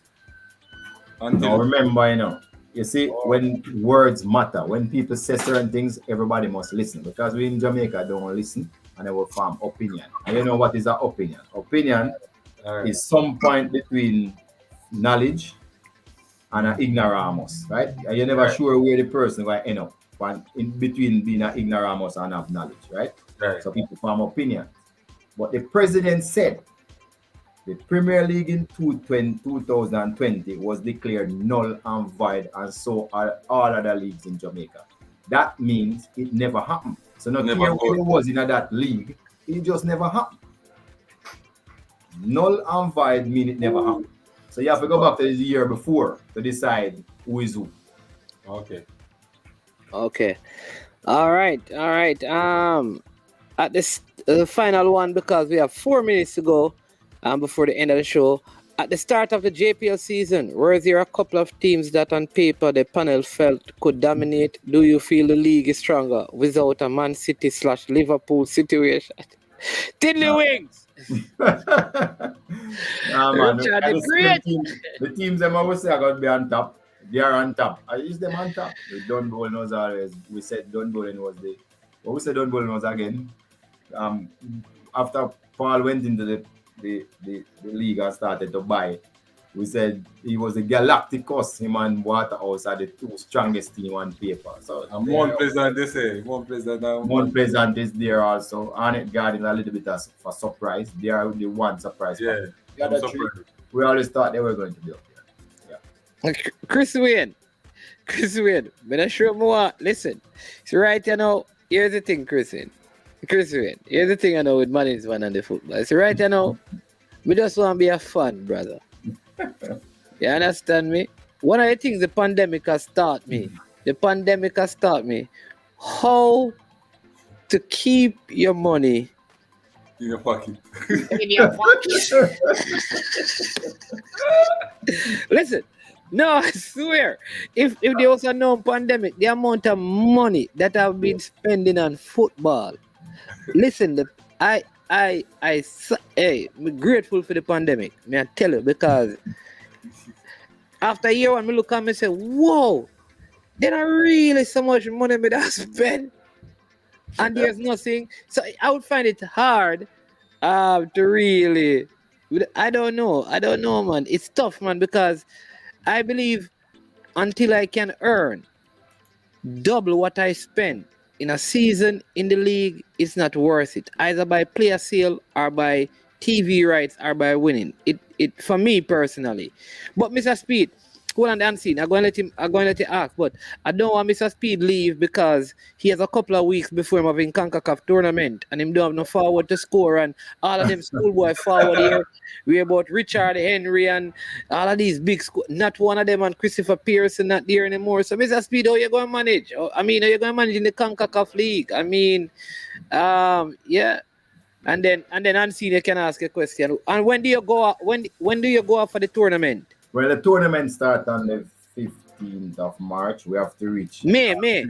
15th of May. We have to reach match day -2. So we're going to travel on the 13th. If we expect to go all the way and come. So the tournament finish on the 25th. So we expect to go all the way. So we'll probably travel back on the 26th. Who is the press officer? We don't have no press officer because we can't afford the press officer. So I'm going to send you a video every night after the game, right? And you can interview me, unseen every night after the game. And you become more press officer. That's all we have to do it, Interview some of the boys and one them thing there. Yeah. What really happened though is we are drawn in the group of death because Cavaliers the champion of Jamaica and we're playing against the champion of Dominican Republic and the champion of Haiti. So we get no reprieve. While Waterhouse, my friends, them get it life easy because them are playing against the team that comes second. So it's that's where we are so far. It's a pretty expensive thing to go. We have to right now we're trying to get through a lot of stuff. We have to do blood work. We have to do art tests. It is a requirement. Then we have to do one PCR test 8 days before we travel. Then we have to do one less than 5 days before we reach, and then when we reach again, we have to do another PCR COVID test. So very, very the first two is at our expense. So it's very difficult. So I mean, when I hear if you did in a position like ours and then try to get somebody to pay you away, I'm so sorry for you guys. And that is why I'm saying, people, if you come in the sport, be prepared to spend or find a way to get the money and stop believing that anybody can fund the thing. So we have to find all of that. We don't have any sponsor. We're trying hard as we can to get sponsor. We're big, we're trying to talk to people. It's very difficult, but at the end of the day, we're doing it because all of us see a rainbow down the road. We believe that if we do well, we can move on to our next category and we'll be able to maybe sell 1 or 2 players. So that's what we're hoping to happen. So that both our team are not go bankrupt and we come up with every place. So that's what we're doing now. We're going through all of that preparation. So we have to go get all the yellow fever shot. Difficult. The boys went this morning to do their blood work and they're telling me that they're weak, the amount of blood that they drew out of their body stuff to test it. Oh, yeah, to do that and then wow. Yeah, so what in terms of squad numbers for a tournament like this, 2 games in a shot. Well, it's not 2 games because you have the 2 games in your zone and then the semi-final and final. So could be 4 games in a 2-week period. Yeah. Well, the first 2 games is 2. It's 2 days. You have to play in 2 days. Oh. We play the 15th, now play the 17th. Whoa. So just you rest 1 day, game can't even train anything. Right. So does that mean that you have? I mean, how big a squad you take to a tournament like this? Well, they will only take care of 20 persons, so you can't bring a squad more than 20, and then they'll take care of 5 officials, so you only can bring 5 officials. So that's really what we cater to care, because of course we can't afford it. It's very difficult and expensive for you to carry out. So, but that no, so because once you go with a coach, your assistant coach, your goalkeeper coach, a trainer, physio, done. That's why we're traveling with. We won't forget we have a doctor. We're trying to get a doctor to meet us to come with us at his cost because we can't afford him. So that's exactly what we're going to do. We're going to the coach, the assistant coach, goalkeeper coach, physical trainer, and physio. That's what we're working with. And this is in the Dominica, right? Dominican Republic. Dominica. Yes. Well, everything keeping in the Dominican Republic. Under 17, under 20, everything. What is over there? Well, what is over there is that when we were trying to host the tournament here in Jamaica, I will put up our plans to the CONCACAF, to try and host it. Eventually, they come back. I mean, we're too wishy-washy. We don't know what the next thing we know. So them lock down Jamaica and nobody can come in the day before the match. You can't get no assurances what might happen in Jamaica, and that was really one of the things that went against us. While over there, they had the assurances that don't worry about anything. We're going to keep the tournament. They keep the under 15, they keep under 17. So that's really what is going against us because we couldn't provide the assurances. Say our government will say yes, then can come, etc. You know that eventually now again, you see how unpredictable we are because eventually we don't even require that COVID test to come here. So you see the difference. So it would have probably been easier to keep out here now than to keep there because now we have to do 2 COVID tests to go over there and PCR too, not just, you know. So man, I'm going to say anybody listening to the program and want to sponsor both Waterhouse and ourselves, the PCR COVID test, don't be shy. Don't, you know. Yeah, but why you don't set up, like, what you need to do is to set up a GoFundMe and come on the program and say, listen, we're going to this tournament in May. If you want to donate to the Cavalier Football Club, maybe you do a joint thing, Waterhouse and Cavalier, and share the resources. That's too embarrassing, man. We're not. There's been a big enough. That's too embarrassing. But when a man say I'm going to donate money, then I see him thing, but how they going to man, donate? just give me a one call on the phone and say, you want the then you know we set up the GoFundMe, you can have in a call-in contribution number and what I'm saying is normally easier because a man can just go online and say, bam, see $1,000 a year, see $100 a year, see. All them have to send it to you, me get to see him. To me. No, sir, Speed, but not embarrassing of that. Not embarrassing. You have to throw the pride back and do the work for the youth. That won't be me, bro. So people, here's it. If you want to support Waterhouse and Cavaliers to the CONCACAF Club Championship, you understand me?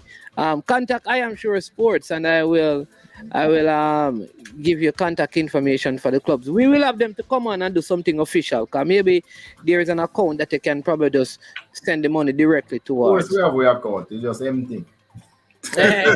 Military Guna says, up with the money. Military Guna, yeah man, here it goes. Military Guna says that every video end up on the JPL and thing, he will give you 50% of the earnings. You know? Respect military. Mine is man. Five coach them are carrying that kind of TV person. Huh? Yeah, they may ask him man about press officer, and the man say no press officer, he don't say right, that's how we get cut. No man, we have a link every evening, man. I have a press officer, but that's how we a link. Okay, bring some. But the tier 2, like right. So tier 2, you were saying about tier 2, right? Is there any media houses kind of league? So look here. I mean, you know, the plan for tier 2 and the Women's Premier League and then the senior and the tier 1 Premier League was always for Jamaicans to come together. So the persons who are in tier 2, because we're going to be not relegating anybody this year and possibly next year, instead of them trying to just stay in the league, now them have an opportunity to form themselves into an organization. And people might say the Premier League take all of the money, but it's because you think like that. Remember now, the tier 2 is the only competition that is in all 14 parishes. So that as by itself as an appeal. And I think if they come together, of course the JFF is willing to fund them to some extent, but if they come together and form an association and look their own money, try to get their own television rights, because at the end of the day, people who know about media know that content is king. Everybody will be content. So it's just for you to monetize it somewhere down the road. So to me, you probably don't have to start with 7 cameras either. You could start with a 3 camera system for the tier 2. It's still presentable to be watched, because if you see videos that people watch with 1 camera, I mean, all of these YouTube things with 1 camera, people still watch them. So Money is man, we have work, man. Yeah. Yes. Money is man have 3 camera, you know. Yeah, so a 3 camera system could do it. So, big camera, you know. So we hope somebody. Don't that thing there. And it might not happen now, but the truth is, yes, we believe that some media also take it up eventually. Of course, when they form themselves into a group, they'll be able to present, to a media house. Yeah. Remember, you have people. There's a lot of ways. Yeah. Anyways, people, somebody please go check on Military Guna, because he put his hand on his head, you know. So I want to make sure. My next question for you, but I'll come in because we don't want Fresh got check on Military Guna for me, because we say 50% of the earnings, and the man put his hand on the head like he was going to do this. Check. Yeah, so I cut it down to 25. 25, yeah. coach said and say, you have your money, Mr. Speed, man. And Yeah, then, you but- know, the Harbour View, man. Yeah, the Harbour View, man. He want one and no forfeited, so he can't tell Harbour View to jump in. Well, Harbour View one of now them can coming. just So that'll be forfeit the and team give that up come. them spot. That'll be the team that come third, so it's in the Harbour View. Yeah. Harbour View, man. About 3 teams would have a forfeit for Harbour View. All right, so But let me you just see- answer this person. Can you get players from other teams? No, you have to use players that are registered to your club. All right. Well, management, that's not entirely true. So let me just explain what happened. And I like to enlighten people because I don't want things to run.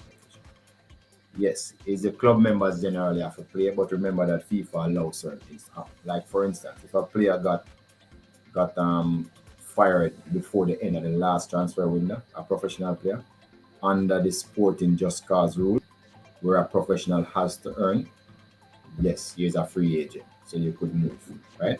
It's just an administrative thing. If a player hasn't played for 30 months, again under the FIFA rule, Okay. if he hasn't played for 30 months, It's then 30 months now. I thought it was 36. It's 30.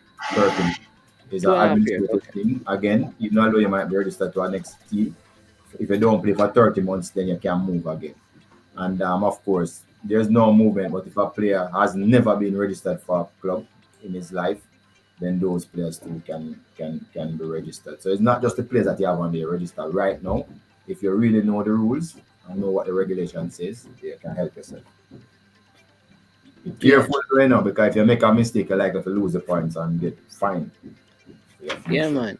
But military Guna, and I think because I can do some of the coverage as well, so that he will do some of the coverage for them until they determine the broadcast. Military, Right? but I really love that for all of you guys, because and guess what? We're going to have a meeting with the clubs. And Yeah, because I could do like, you know, like I could do the games at Draxall. You know, Unseen could do, you know, you understand me, we could do games at venues just to give them some highlight and put it on the YouTube so people can at least watch it. Well, coming to Unseen, Rudolph is saying, what are you saying? Teams will not be relegated next year? No, not from a tier 2. You see, just like we did the Premier League to get, what we did in the Premier League was we always try to create an environment for development, right? So in the Premier League, instead of you trying not to get relegated and doing the wrong things, we said no relegation for 2 years. So you could use that 2 years to basically fix your club, play a younger player, use it for development instead. It's the same thing with the tier 2. We're saying, don't worry, in the tier 2, we give you a blight for 2 years, just fix your club. So we know you're not perfect now. Fix your club, fix your organization, find a way to make money. Then we get your semi-pro, then we go pro afterwards. Because remember, it's a progression. It's supposed to be a professional league, but we're not going to tell you to go pro this year, because that means you have to have contracts with players, pay out a lot of money. Maybe next year we'll say, make sure you have 30% of your players professional. The following year we'll say, make sure you have 50%. And we'll take the time to get there. We'll work with each club to get there, to get us professional. So we said, no relegation. Take your time, fix yourself, then we'll start the relegation and promotion. Yeah, man. All right, go ahead and see. In terms of feel, you know, the stadiums and stuff for the tier 2, you know, what you have in mind in terms of, you know, proper servicing and stuff like that? Yeah, there will be inspection of the fields, and if the fields don't pass, you have to go find a good field to play on. There's no standing. If it's a field that don't have any stands, it's a no. No, we're not playing on any field in tier 2 that don't have stands. So definitely there is some standard. It's not the same old what people used to in the Super League, where you know you just come and play any old place. No, that's not gonna be it. So it's going to be selected venues. Yes, and we're going to pass them. So if you want to use your own venue, it's fine. We're going to pass it. Of course, you don't have a venue, you might end up at Kingston, can use the Captain Burrell Technical Center, because we're not going to make you play any old venue. Professional. Yeah. All right. So let me explain again. People, here's the thing. The tier 2 information, I know I did a video on it, and Unseen did a video on it. So here's the tier 2. 2 teams from the tier 2 will get promoted to the JPL to make it to 14. All right. No team will be relegated. So There are 13 teams. 2 go up to the Premier League, leave 11. All right. 2 more teams will be added to the tier 2. With the 11 that is in there, that will bring it back up to what? To the 13. Yeah. All right. 2 more teams get promoted to the Premier League and nobody get relegated. So that come up to 16 teams in the Premier League now. Well, I am not sure that because we had said 3 years before, so we need to go the 2 years that you wouldn't get relegated finish this season. So I'm not sure that we won't chip in back the promotion and relegation now because that was the promise. The 3rd year we'll have promotion and relegation. So even although we don't reach 16, it's something that we have to discuss and go all over. And Okay. decide. So I wouldn't say it is a done deal at this point. Okay. But with the tier 2, the idea is to get the tier 2 up to what? 16 Up teams? to as much as 18, we had said we didn't have an issue carrying up to 18. So you could be there more than 2 years, 3 years and not getting relegated because it's a league that we really want to survive. Before when we try, you know, with this league, it was just a cut league once we put it in place, and that probably caused some of the demise because everybody was just trying. There was no development taking place. Everybody was just trying to win at all costs. Yeah. So, So Mr. Speid, all the 2 teams will be added to the tier 2 system now. right. So I hear a lot of people spreading a lot of rumor about after the tier 2, the rest of the teams will play bush league. No, that's not true. In your parish, you will have a parish league. Then you have a playoff, and the top 2 come to tier 2. So there's no more major league and You D1. can call it in your parish anything you want to call it. You want to call it Super League, you want to call it Major League, that's your business. You call it anything, but there's going to be a top league in your parish with 12 teams, and then the other league if you have more than 12 teams, then you can have another league, a division 2 in your parish. But after those 2 national tier, it's parish league. Okay. They will get a chance to come to tier 2, but we're not promoting anybody. The idea of to promote from parish league to Premier League, that's done. Tier 2 first. Okay. The JPL need to go back to relegation. This is a JPL coach saying that. Yeah, Rudolph, that's what we're saying. That might happen next year. Not And just then there is relegation and promotion. So is the JPL kept at 14 teams? I think the idea is to get it to 16 teams. That Jerry. was the original idea, but remember the first year when we played last year, no other league was able to come off the ground, so 2 didn't get to come up last year. So that is why there was the 3 year and 16 went hand in hand.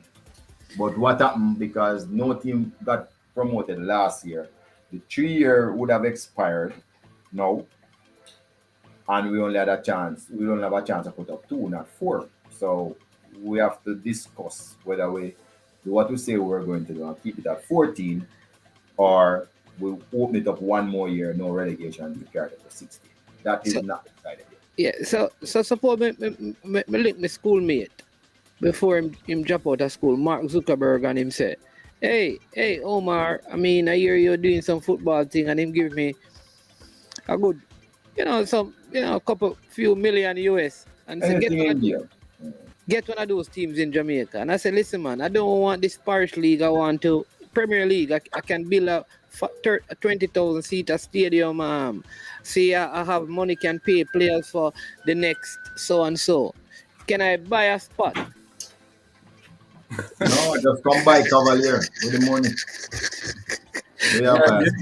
They're not selling Cavaliers. Just come buy Cavalier the money.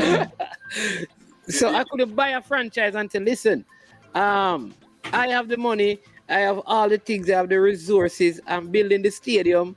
Can I get one of the 16 spots in the league? So good. So that I really love a very good question, because we still have some people somewhere between knowledgeable and have no knowledge. still talking about franchise. So let me just explain what the quota of arbitration ruling was. I think it's from 2020 or 2021. There was a ruling and people can search for it. Fresh got to buy which spot? What's the burial spot? Medal yeah. Go ahead. That's it. So what the court of arbitration rule, right? Somebody carry USA to court and say, listen, we must be able to promote from USL to MLS and all that. And the court of arbitration rule that FIFA, the FIFA governing body with the presidents them in a meeting, agreed that every football country must have sporting merit. There must be promotion and relegation. Okay. And it's not, and only 2 countries FIFA never intended to have it there, and it's in USA and Canada and Australia. No, USA and Australia. Okay. Therefore, Jamaica must have sporting merit, so we can't sell you one spot. No care how much money you have. We just can't sell you one spot. All right. Chris Wade said, just tell us me buy it for $5 million US. What you do $5 million US? How much, brother? I would sell him right now. Half a billion. $500 million Jamaican dollars. Chris Wayne, I would sell him right now. Right now. Jesse, why no CONCACAF team in tier 2? Can you clear that up so the assumption can stop? Right. So when we're trying to sell it, I need to explain something to the viewers here. Listen, when you come up with a new idea and you have to pass a thing that they call the board of the JFF. Never forget those people. They are the most powerful set of people in football in Jamaica. So all of you guys can diss them as you want, but then you see you have no skin in the game and it don't matter to you. So this the board, this the JFF, this the president, this everybody you want. But whenever anything needs to be changed in Jamaica, those people have to sign off on it first. It don't make sense to carry a position to the board where it never fly. None at all. You just waste your time and you look stupid and you get frustrated and all that. So when we were trying to get the parishes to buy into this to tier 2, we told them that, listen, even if you don't have a team right now, don't worry about it. We'll keep one spot for you for 1 year. So if your parish didn't feel a team, next year you come with the team, we give the spot same in the tier 2. That was what we had come down to. So all CONCACAF did was decided not to exercise their option this year. So if they want to do it next year, they can do it. Not an issue. Okay, so basically they never agree with the tier 2 thing. They didn't agree with it and they decided not to exercise the option, but we did this year. But they can next year they can say, okay, we send in Medares. Yeah. Some people don't make no fuss over it. If it was another parish who did it, we'd have said okay, just the same, because that was one of the selling points for the tier 2. All right. Very good discussion today. You know, we touch on some tier 2 and tier 1 football. Much respect. And see, one more question again, man. I give a compliment. If you, Mr. Speid, come up with the tier 2 thing, you deserve a medal of honor, you know? No, man, I Mr. Speid come up with it, man. Speid come up with it. Give me props, okay, man. Mr. Speid, man. I want to talk with Mr. Speid, man. Now look how long with the on them thing you talk about tier 2, then just get a nice name. As a matter of fact, when I get a name it, you know, as a matter of fact, now I name it. So what did happen still? I mean, you know, that is why JPL championship, man. Well, this is why I like this program, because you know a lot of people just come and say, you see, if I was here for 2 of them, would start asking me about which coach and who for trials, and I don't even want to talk about those things because that's not my work. I mean, I have to do that as a part of my job, but that don't give me any fun. And the truth is, I don't think Jamaica football is going to develop because who is the coach and who is not the coach of the senior team. So I just want to give a little insight. A couple of years ago, as soon as I got the job as the chairman of the technical and development committee, I was given the general secretary, Mr. Wynn, sent me one report from CONCACAF. And you know what was on the report? The report actually went through every single country in CONCACAF, the 41 country, and ranked all of us. I was so ashamed of Jamaica when I saw what the ranking was, and like our women league is like a 2 out of 5. Something else was 1.5 out of 5. The competition that we play, how much international matches we play for the kids, we were like way down when you compare us to like a USA and a Canada. And the professional league wasn't bad, the referee wasn't bad. Those were 2 shining lights, when we go through the ranking. And when I carry it to my committee, we all committed that this is what we need to work on. Coaching was like dismal. This is what we need to work on. instead of trying to, but nobody focused on those. So the first thing I did, if you notice, we revamped the Premier League. If you notice, we spend a lot of money, get experts to come. We have a business plan, and we change the dynamics of it, independent chairman, all of those things. So those recommendations came from that report, and then we set up a little committee and we started to work on it. We wanted to do the women's football to professionalize, but it didn't come out because the COVID come down and we couldn't focus on all of them. Tier 2 was a part of it because we realized that all the top nations in the world have a feeding ground. That's where a lot of Premier League players come from, the championship. So that's something we put in place. Then we look at coaching education, and we go and right away CONCACAF came up with a convention, and we go after it hard. Now, every single person who I have spoken to tell me that the coaching course said this is one thing they know that JFF got right. The new coaching school. I remember the problem that we had with the media who were just, some people just lying through them teeth, through the media, then give us a hard time, then jump us like vultures, tell people all that my name and voice note. And really we had a hard time. People were coming up and saying it shouldn't be that person is the get the job. Now the person, the whole of the region looking up on the person we appoint and say, yeah, but the money and something else, the money have to work for CONCACAF. Good teacher, man. Good teacher. Yeah. So you see, and those were the things this tribe will go through, and people build up a lot of hatred for us. But those are the things that we get up every day. We spend nights to build the syllabus. And you do the syllabus, you watch when you do the syllabus, you have to enjoy. The amount of knowledge we impart on about 180 coaches since we start it and Canny. I could play some tips or some testimony that the coaches had sent back, or they were abusing the kids before them, just didn't have a clue. Really coaches. Yeah, awesome. They didn't have a clue what they were doing when they said them was coaches, and that's just D-license. So it's something we're proud of. This we're proud of more than anything else. The club licensing, remember we tried to put it in force and effect it, and then the whole media, Jamaica media, come on us with whatever, and then kill us from pillar to post. We must make anybody play, no matter. You just come, turn up and play. If you have no regulation, and we stick to the guns and say, no way, you must pass certain criteria before you become. So club licensing was something that we'll work on. Then, we're still struggling with the women's league to start it back. And then the player pathway, we're establishing grassroots, and we're establishing under 15 or under 13 competition in the parish. And the player pathway is the final one. And I tell you people, anytime I've done that, I walk away left a job what I have, so everybody will be satisfied. The last one I have to do is the player pathway program, right? Elite youth players, where the best must play against the best. So you see the Premier League club and the Tier 2, my last thing to happen is that they must play against each other in under 13, 15, 17, and 20. So the best play against the best in a competition for over 6 months. So that is my phase 5 that I'm trying to ensure that is implemented, and then walk away, and then everybody will be happy after that, I'm sure. When I walk away, put money in the seat. Now come to the job. But I'm not walking away, no care when nobody said tell me complete all of this.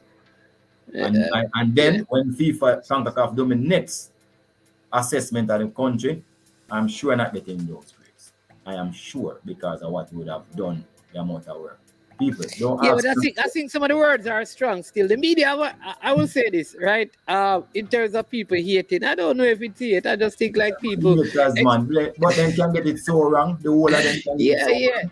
But the purpose of the media still, the purpose of the media, is really to share perspective, and it may not be the correct perspective, it may not be the right perspective, but what it does, it gives people a different perspective. So all you have to do is, like I said, stick to your guns. And I always tell people this: at the end of the day, I tell people I don't need to prove anybody wrong. Nobody don't need to prove me wrong. At the end of the day, truth always win out. I always tell people over time, if I am lying, you will know.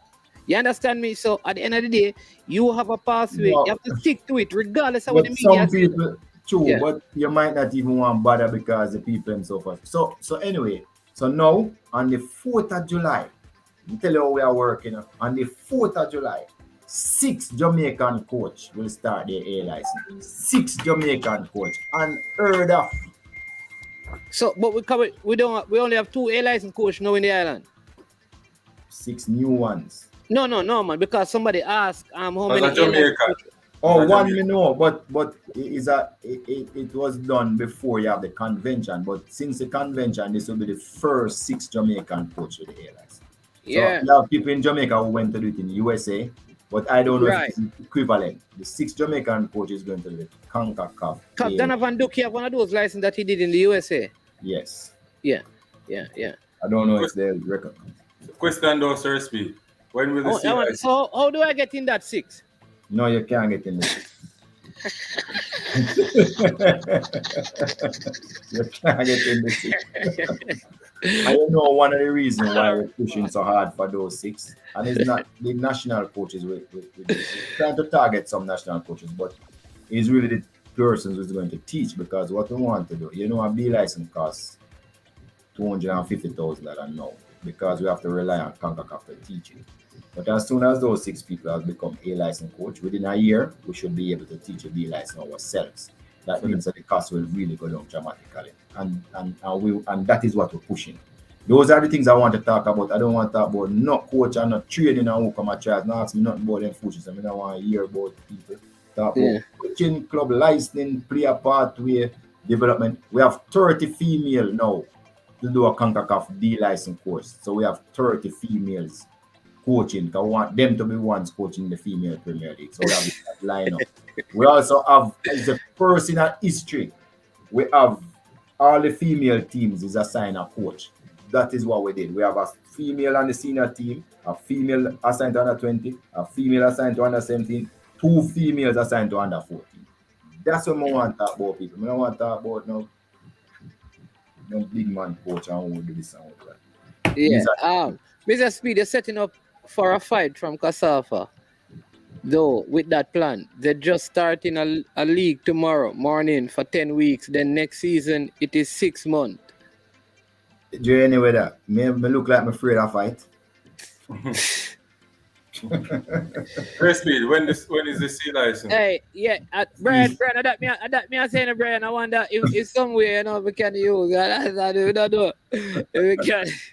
Don't let me drop it at the 6, you understand me? Because the people them tell me say this American thing, they want them thing that we have. You understand me? At Jamaica, this a different jurisdiction. You understand me? So we don't know. The plan for the C license, we want to do 3, and that will be 3 with 30 persons each. So we only have 90 space for this year. So we want to do 3 courses before the end of this year.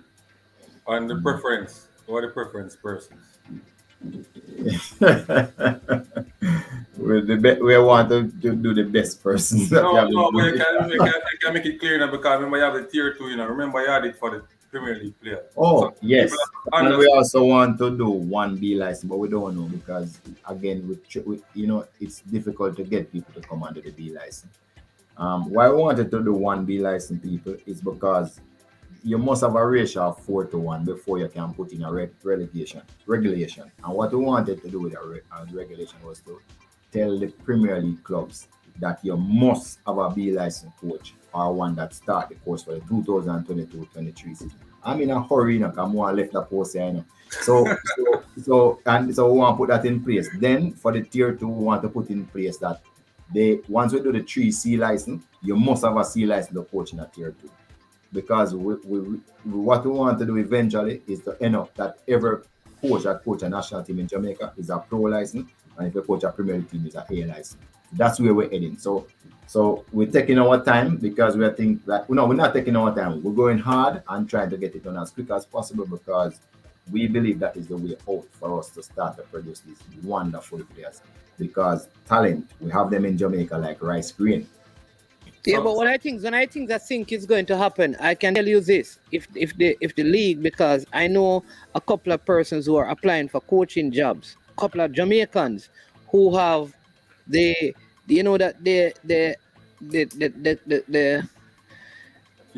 American equivalent to the A license. They have the American equivalent, and they're applying for jobs in Jamaica. They are Jamaicans as well, so that will be interesting as well. Well, we're not going to do nothing until we know what the equivalency is. So yeah. Because our advanced level 2, when we look at it and against the C license, it was not equivalent to the C license. So we said, listen, you have to do over the C license. So once we know what the equivalence is, then we can move on. So seriously, I wouldn't feel no way if a tier 2, coaches in the tier 2 get the chance to do the C license. But if me hear say one man down the pecking order down this one, we not coach, I gonna feel a way. So you have to make it transparent to the people. Yeah. Let me say this. It is transparent because there's a document that sets out what you do to qualify. That don't mean you must get in. So for instance, you have to have a D license or a level 2 to do the C, right? So it is clear. If you have level 1 alone, you'll not be able to do this. Yeah, but a man, no, what I'm saying though is a man who complete him when a man complete him degree at GC first or youth, him not.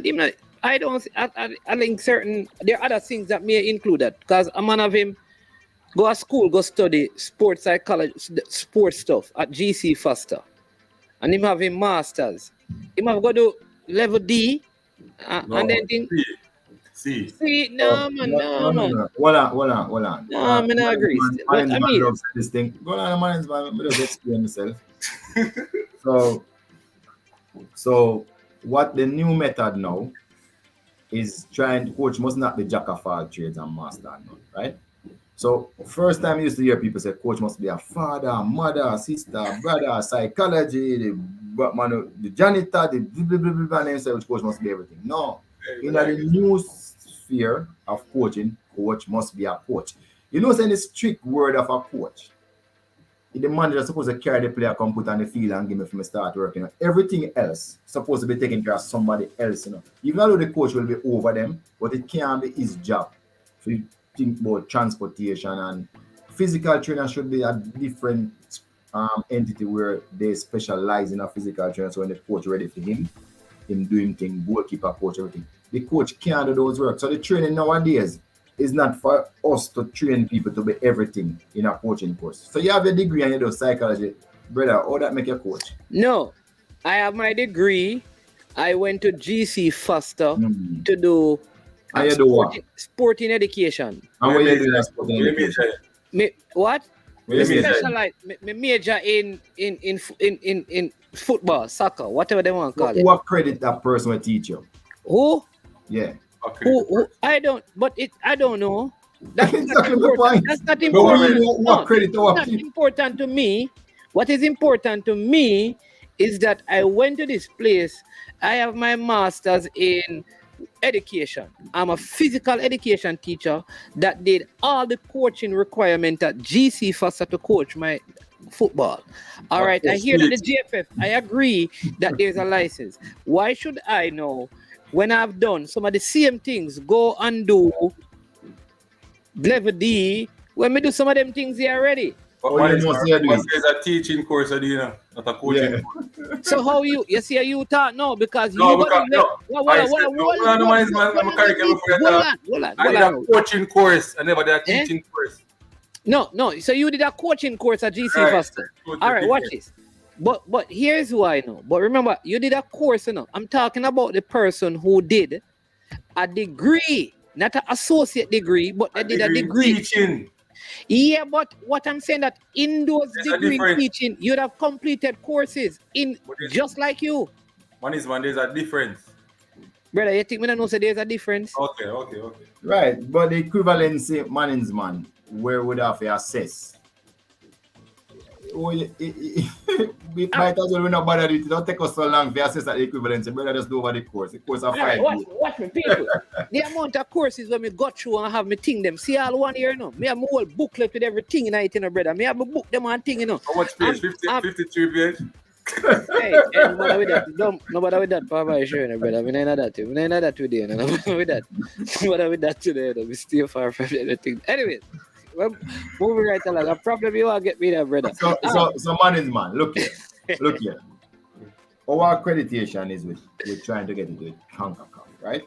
We have to go by their rules as with any accreditation. And based on the structure, where them shows the minimum requirements, etc., where we want to go. I'm just saying to people who want to be a coach. Look here, it's not difficult for you to to even do the C license or the B license if you don't do the D license, because it's a prep. It's a prep. What we used to do in our advanced level 2 was good at the time, but it was loaded with a lot of sciences, a lot of management, which is just not. Mr. Speed, I'm going to beat up on this, you know, because I guarantee you that you see the man that would just complete the D license can't write a better whole program than me. You're probably right, because the person just them not start learn the what is to do to write a good program. Exactly. But what we are doing with them is to teach them how to come up with a plan and how to be a better coach. Enough things like safeguarding. There's things that we teach them are relevant. When they come to the C, it will be more advanced. When they come to the B, you can't touch them. So I mean, you know, so that's what. Annex GC faster man. Annex GC faster man. Come on, you know. I disrespect GC faster, but I'm just kidding. He just did it and me can contest it in the program, right? Huh? Me just did it and me can contest it in the program. Brother, unseen. Listen, let me tell you this. Think of yourself with sober judgment. You go the one look at D license and you swear say you can't have coach. I'm not subscribe to you about the liquor, you know. No, don't do that. Me have some man where do the D, where I have coach in the Premier League and I struggle. All right. Listen, hold on there. Mr. Speed, listen, I did. All right, so in universe, because all of these things have helped me in my coaching. You know that people who go first year psychology go through this book called Psychology Concepts and Connection by Stephen Rattus. Here's the thing, brother. The D license will prepare you for do them things. The unseen, so there's no way a man will do a D license. He may be able to do some practical drills. There's no way. But man is man. See next man you go GC fast and nonsense you talk and see. Man is man. Me talk about myself, you know. Unseen, you cannot. Unseen. Me, I tell you, the man will complete him degree at GC faster. You. Unseen. Go ahead. You cannot. Listen, man. I'm talking about myself. I'm not talking about other. Me talk about you. I'm talking about me. Me talk about you. Me can write a program better than you. Me talk about you. I say that. Me talk about you. Yeah. No, man, you can write a program. You can write a program for go buy some packet or tasties. All right. Buddies. You Pamela, Patsy and Pam Pam. Take a part and go Portmore, go buy some patty that you talk about. Go ahead, All right, buddies, man. All right. Man, still go ahead. Buddies, the truth about it is, you know, you see the GC faster thing still. It's kind of tricky because I know a lot of teachers who graduate from GC faster, and I don't even know how them graduate. Equally, I go college a lot of people mannings, and sometimes I wonder how them reach us up. I know a lot of people who have tertiary education and do the D license, and them fail it, or them not do as good as people think them would have done. So the issue I have though is, I think if you have been coaching for a while and you go your GC first or whichever institution you go to teach about coaching, then maybe there should be an option where you can just do the assessment as opposed to going through the course. If you think you have the requisite knowledge or whatever, then you pay money and go do the assessment and take whatever grade you get. Yeah. No, I am saying, you know, I'm not saying that people shouldn't know. I'm just putting this out there. So I'm in the States. I do all of these things. That is equivalent to what you have. We have a PhD. Me specialize in human behavior, like Brain Drain says, human behavior. All right. I understand writing programs, both from a financial perspective, a human resource perspective, a physical perspective. I also understand creating culture in writing my program. I understand analyzing, and I also understand feedback. I understand those things. All right, because I've done courses in those. I am saying that when I present those, I'm supposed to present those and say, listen, like you just said, I have been running this program for the last 10 years. Here are the 10 programs. In my first year, I wrote this program. This is the comprehensive program, including nutrition, medical, all of those things. All right? I have that, and I've done courses here. I've done a course in Brazil, in Finland, in Spain, in this place, in that place. Here is the presenter. Here's what the course cover. And I also have a bachelor's in this, or a singing this. No, for me to be told, no, boy, me I tell you, we know what you're doing, but right now, our D license, we are saying, No, that's not what you will be told, man. No, that's what Unseen is trying to tell me. No, you will be told that the curriculum we have, you didn't seem to cover it. That's all. Man is man. Man is man. The curriculum is going to do everything. Man is man. About who accredit the person who teach you. What? Yeah, but Mannings. So that's it. Based on your theory, Unseen. You see why you get a GC faster, a waste of time, because who accredit the person? Who accredit the person who coach you? A waste of time, of course. For all the people that who go at GC faster, I waste them time. Waste my 400. No, me not really agree with Unseen. Unseen, come on, man. Talk like you're sense, man. Unseen. Unseen, me not agree with that. But no, what me gonna say is, Mannings, what me gonna say is, Jesus Christ. well, I'm not Mannings. Yes, yeah. Well, I'm not Mannings. What me gonna say is, if all right, this is a long and short of it. If the people them say, if you do them D license, go do them D license. Because no matter what you say, they not get through. Just go do what them say we do. And if you're that good, you will do well at it. Listen, all right, M10 is a GC faster, man. M10, is it true that the coaching at GC faster is whatever they're doing, because of who accredited, it's a waste of time? I said me waste my time. You talk about me personally. I ask you again. Right? Here's what I ask you, Ansi. You said, right? Right. Let me ask you. Yeah. You wasted your money because what they offer at GC faster is a waste of time. I'm clear it myself, so everybody not get it wrong. I am saying, hi, Javan Parchment, waste my money at GC first. I wanted to become a coach, right? No, what I did, I still have to go back and pay 30 more thousand to get accredited by JFF and then get accredited in the C license from CONCACAF now. So I waste my money at GC first. I understand them say Mannings. No, Mannings, I understand them say. No, Mannings. No, you can't waste your money if you pay to get the knowledge. You didn't know what you know. When you learn at GC faster, what he learned at GC faster, the $30,000 never give him it. Yeah, that's true, Mannings, but I understand what he must say, because him basically I say, if he must say, yo, in order to be a coach at the highest level out here, regardless of where him do a GC faster, he still need to go through the JFF curriculum and criteria. Right. But it's not really a waste of money Unseen, because I don't think knowledge is a waste of money. No, I am Mr. saying. Speed, hold on the Unseen. Hold on. Mr. Speed, in the D license. The D? In the D license. Yeah. I don't want to pronounce something here, you know. D.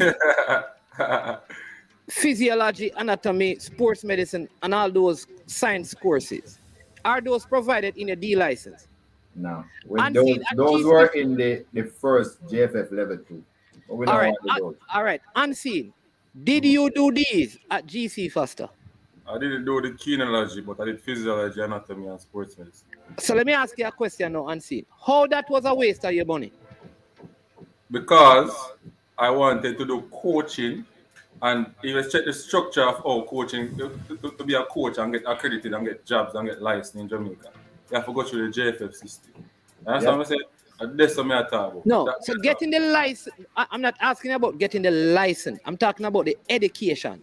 There's two different things. Yes, so Unseen, just say that your statement about wasting money was ill-advised. No, I can't say that.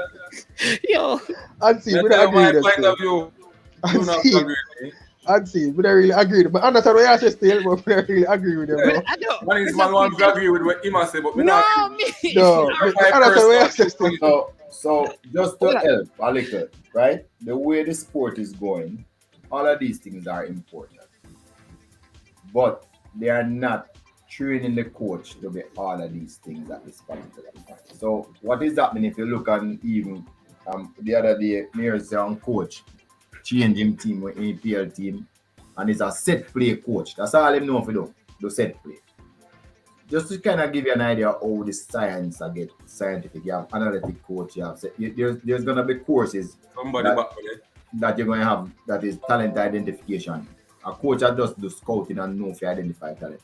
That's how fine-tune the thing coming, because they don't want courses that have everything, everything in there, and you know, master none. It's a master. All right, sure, I understand this, but I guarantee you this. I guarantee you this, that what you learn at the university level in sports, right, is so critical. Like, I'm going to tell you this, what you learn in the D license cannot equip you to write a coaching program. Cannot. I don't know You're why right on that. The D license. You're right on that. You're right. The D license. You're right. The training program is a part of his development. What is that training? Man, the D license is a part of his development. It's a start. It's not. They don't finish it return a pro license coach. Come on. Oh, okay, but based on what I'm seeing, is saying, you know, when you get no, man, it's my always I change my words, you know. I don't know why I always do it, you know. All right, we have hold on. I'm seeing somebody wiser than me and wiser than you has joined the stream. M10, welcome. Yeah, man, blessings, everyone, blessings. Talk to Unseen for me, because I'm going to leave you if you beat him. Unseen. Like a kettle job. I don't want to come on the program, them come talk about a foolishness to the people, you know. So let me just problem have, you know, my opinion. Man, finish now, man. Hold on now. So I'm going to talk about some basic things. So if we go back to the sciences, right? So we say we're a coach. You must can remember clearly, coaches giving you head circles, knee circles. If I can remember those I'm talking about. Right?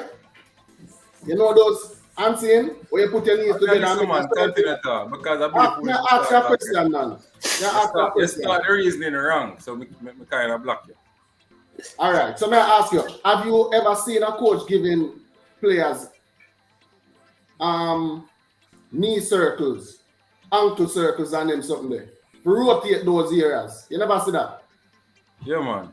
Yeah, man. So now that's why the science is important. So, but we never said those are not ball and socket joints. So when you get those, if you don't understand the science of how it works, naturally what you're going to do are injure players. So the science is important. So watch it now. You go GC, and that's why we are saying, you say you don't do kinesiology. That deal with performance management. So we are talking about, if we are talking about kicking a ball, we talk about the joints involved. We talk about the muscles, the movement, the whole of that. Performance analysis and them something there. So you cannot come and say what GC offer. No, there are things. I never said that. I said me waste my time going GC. How you waste? What you learn? Me waste my time. Me personally. You can't say you don't go class then. So that's what you learn. Don't say it's a waste. Like say. Jesus Christ, not about my personal. It's a problem. Sir Speed, you can't understand this. I see that trouble. Unseen. If you look at the license syllabus, we talk about even injury prevention. What that commander? Unseen, you're in trouble. Unseen, you're in trouble. We're talking about sports medicine, what we do. Sports medicine. We understand all of these things. So you have to say you waste your money. You know what I'm saying? All right, Jared, finish. No, keep speed at this man, just make a point, no man. All right, now I'm fine. So, even though, all right, put it this way, I didn't go to GC first, right? I did the D license, right? Mm-hmm. So I never go GC first. I say that. Now I do the D license. I never learn the science, but going up into the levels, I must learn the anatomy and the physiology and going up. So that $400,000 that I've spent, could have paid 30 for that, 60 for the next one, and see if I could have put a little more for the B, for the 250,000. I would be a better person right now. That's what I'm explaining. No, you don't still have change after the B. You still have change. Hold on. Unseen. Hold on. Let me tell you what you say wrong, Unseen. I know really what you say wrong. What everyone else is trying to get to understand, Unseen, is that. Come here, tell you my point. Where you get that? Alright, let me just say this. So you go to GC Foster, you learn all of the sciences there. Good. Whatever money you pay for learn the sciences or whatever you learn it. You come, you do the D license, you learn about the coaching and whatever. You go to the C license, you do the B until you probably reach up at A and Pro. Along that process, you're gonna learn about the sciences and stuff. But if you have the knowledge already, it's supposed to help you. So when you reach them stage now, you understand the stuff them better. Let me ask you one. Let me ask you a couple of questions. Have you ever heard Unseen? When you went to school, right? You were taught about simultaneous equation. When last have you used simultaneous equation in your life to solve a problem? And trigonometry. And Pythagoras theorem. When last have you used those things? You learned them. Was it a waste of time? No, man, you're gone for a different. I see him thing unseen. No. I see him thing. No. I am not saying it don't help me or learn it or whatever. But I am saying the money that I've spent at GC Foster was waste of time for me. Because I could have used that money and do the coaching courses and be, would I get would I get higher coaching jobs and stuff like that. That's what I'm explaining to you guys. All right. I never had to say first time though, Unseen. Even though I understand that to be mean though. But what I am saying to you, Unseen, this is where Coach Jerry and myself are in a disagreement with you. A person like M10 football and say Brian and other persons who have gone to GC Foster or to UTech or to some college overseas, colleges that are focused on sports. They complete a degree in a specific area of study. Listen to me. But they also do courses in football. I think that also equips them to be coaches. I agree that they need a license. So I can read books about driving, but I still need to go and drive a car and go on the road to get a driver's license. I am not saying that people should not go and do the D and the C. What I am saying is that when you go to do the C and the D, people need to look at some of the things that you have done to ensure that you're not redoing things that you did. So you should get many exemptions. So GC Foster is not a waste of time for that person who went there and did all of the science. What the coaching course should do is say, listen, okay, you covered sports medicine, you did physiology, you did anatomy, so you are exempt from these courses. And it's just like in anybody who go university understand this. Sir, Speed, answer that now. When they do, and Mr. Speed know this, him go to university. When you go to when you're transferring to university, you have credits. So maybe you did first year psychology, maybe you do writing in English. Management, we know about transferring and get credit. Yeah. But some course you don't get no credit, like D license. You understand? That's what the man are trying to tell you. What is it? You come like you want to change my mindset. And it not change. We don't trust your knowledge. In other words, we don't trust the knowledge where you get 20 years ago management. M10, what M10? Maybe you understand. I not agree with them still, but as I said, everybody have their own belief still. So, for example, we talk about the D license, it have planning and delivering a training session. You learn that at GC easily. You learn that at GC. Yeah? Principles of play, which are the foundation. You learn that there. You know what I mean? So majority of the things, you're just going back over them. You know, so I don't know what Unseen go to school go do. Well, it's a waste of money because you could have used it one day. So we are trouble that season.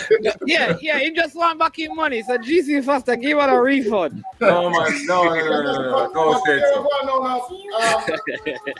At the time, man. Parchment, you know what I say though? Yeah. They can look on it as a plus, man, because a lot of those stuff, you know what I mean, they can advance you in terms of certain areas of the game. You get what I say? Yeah. And you go for in. example, the training factors, But how when they the keep interrelated and all of these things. on This the is keep on a something debate. to you. When you keep on a debate on something with me, agree with you, you know. I'm talking about the structure of our coaching system going in Jamaica. And if you don't want to waste no money, you just go the right way, like what Speed them do. Instead of go GC faster, we go do a diploma. But that's just recently unseen. No, but before, if you left with a diploma in a coaching, I can't coach no Premier League teams. If you have a level 1, level 2. Yeah, but this is what I'm saying, Javon. When you leave, like for example, when I finish my degree and then went to do the advanced level 2, you never tell me, say, all of these things when me learn in a 4 years, when me cover. Right. Well, I just listen when I say, the D-Life at the level 2 at that time, I brush the surface, you know. Right. Them just brush the surface. So what me learn is much, much deeper than what they're showing then. You understand? Right. Put it So this if way. you, for example, you know just want to go in a coaching and you go straight go do your license, fine. But you can't tell me who go do 4 years and go so much in depth that me can't bypass even like a deal license. It don't make no sense. I waste some money that for me. But that's the money I tell you. Like you know, I get it. Who tell you that? I tell you that. So when I agree on that long time, but you attack like say, the information is not valuable. No, yeah. I never say that money is that's always what you came off at first. A different way. And then Brian come turn the thing one way again, and you come and talk about some points, so me agree with. No, but unseen. Oh, I said, what you said, is not what you meant. You said it was waste of time. I said it was a waste of time for me. You never asked me specifically when we waste. Yeah, so you just see waste of time. You waste of time when me go ask you what you waste. Unseen, man. You understand what I said? We waste time and money. So you're really and truly you hurt because of the money.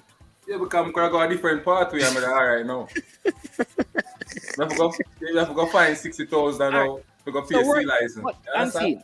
You got to come out to the 400,000. Do you know? Unseen. Do you know? Let me tell you where your thing is flawed. So if you want to coach a club, somebody may give you that. But here's the thing. When you go to a school, they want somebody who can teach at the school and also coach the team. How is that wasting your money? So because you went to GC Foster, they take you on as a PE teacher who coaches the team. You see, it's not a waste. So GC Foster, because they did what they did at GC Foster, it may qualify you to be a PE teacher. That may not qualify you to coach the football team. So but why are you married the two of them together? Huh? Why are you married the two of them together? Because it's a reality of life. Some schools will ask their PE teacher to coach their football team. That's what I'm not going to do. You understand? So because you are able to teach at the school, you get additional income because you also have the license at the GFF. So it's not a waste of time or waste of your money. But most of the time when the school asks the teacher, them don't pay them fees. Well, that is a different argument. Yeah, man. I run from that one, you know. I don't want to teaching. I just do it because we get the opportunity. I want to coach, and that's it. Yeah. So you ask me my personal interest. And then you're basically saying that the people at GC Foster are not who accredit the accreditation for the programs. In other words, you're saying that they're not even qualified to make you qualified. Mr. Speed, you said. And Mr. Speed said that? Yeah. And Mr. Speed, you were saying that the people... They're not accredited. You want to say they're not accredited. So you're saying that the people at GC Foster are not qualified to make the people qualified? Because that's what that really means. No, we're happy to receive the persons from GC Foster in our Okay. course. We want all of them to do the D license. Every single one. As a matter of fact, you know what we want to do? We want to come to GC Faster and teach it for them. So what? So while they're doing their course, So why would you teach it for them? Why you don't? Why? No, because we sure what we're teaching will fall in line with what Jamaica is trying to achieve throughout the grassroots. Because those GC Foster college students is going to go into the schools as PE teacher. So we want to teach them before they go to the schools. We at the JFF want to teach them our 5-day course instead of GC Foster teaching. That would be the most ideal thing, and we're going to talk to them about it. We're going. So like M10 is at GC Foster.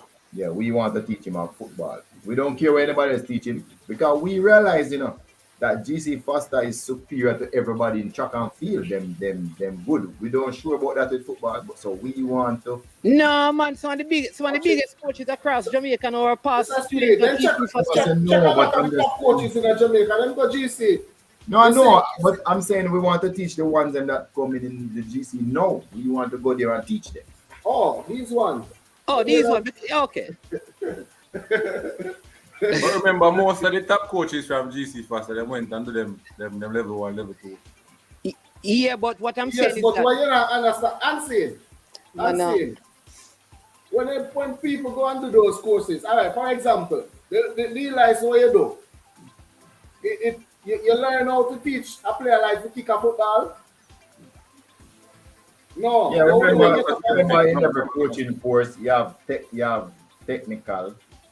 and you have tactical in every course. Because if you're teaching, we call it grassroots, they would not have developed all of their technical skills. They'll still be in the development stage. So yes, you have to teach the coach how to run a technical session. Yes. I no matter and how much. that's why I say Mr. Speid mentioned the technical and the tactical. But everything we cover at GC, the physical, the technical, the tactical, the theoretical, the psychological. So I'm saying we still ahead when we go in at the B license. I never say no. Hey, hey, I see that got changed. Hey, people, let me just say this. No, but me tell them say me never said no. People, let me tell you this. Me and seen a friend. So you see, when we are fight, I'm gonna advise you to stay outside. Never know that. Yes, I know. But I'm seeing still, I think you're right. I think me and Coach Miller have the one right. GC No, Foster. I think so. I think the kind of education you get in terms of the sport at GC Foster, because there's a difference with, I think, teaching. While I agree that you need to learn some things outside of the classroom, I think there's a university, once you do well, prepares you at a different dimension. When you add that to, the other coaching stuff, like with the JFF courses, it adds value. And I'm going to give you an example. All right? You know that some of the better coaches in Jamaica right now, outside of the coaching stuff, they have university degrees. Right. You know what I'm done with you, minds man, because you see where you go. But you don't want you to go there, so, all right? Man, Want you to go there, so. Man, can I put what I'm saying into in a summary and tell you? No, quick one. Go ahead. All right. So what I am saying is that GC Foster is good for track and field and teaching and some coaching program, some coaching. But for football in Jamaica, for my personal view, my personal interest, I should not have chose GC Foster because of what I wanted to achieve. No, the sciences and all those stuffs are good stuff. You learn a lot and it can help you in whatever you're doing as a coach, right? But I am saying if I took the pathway where I did the D license, instead of spending that 400,000 at college and took the pathway at D license, I've eventually learned the sciences at the higher level, right? No, I don't know it, but I am appointed by a club or a school. I can tell the school, say, I am specialized in this. Please to go and get this person who know the sciences and hire them to do sports medicine or whatever. Listen, I agree with you. See, if I had known what I knew that I would be on YouTube doing these things, I would not have done my masters. May I tell you? Because I don't need no masters to do this. That's what I said. All right. No, Brian, come on, agree with that, man. If you agree with that. All right, I'm wrong. You're wrong. Look here. You know what? You know. should work together. Yeah, hear the mistake I will make. No, but hear the mistake I will make. And you're right, man. Both of you are right. You see, when you go school's supposed to bring out what you're best at, and that is a career you must follow.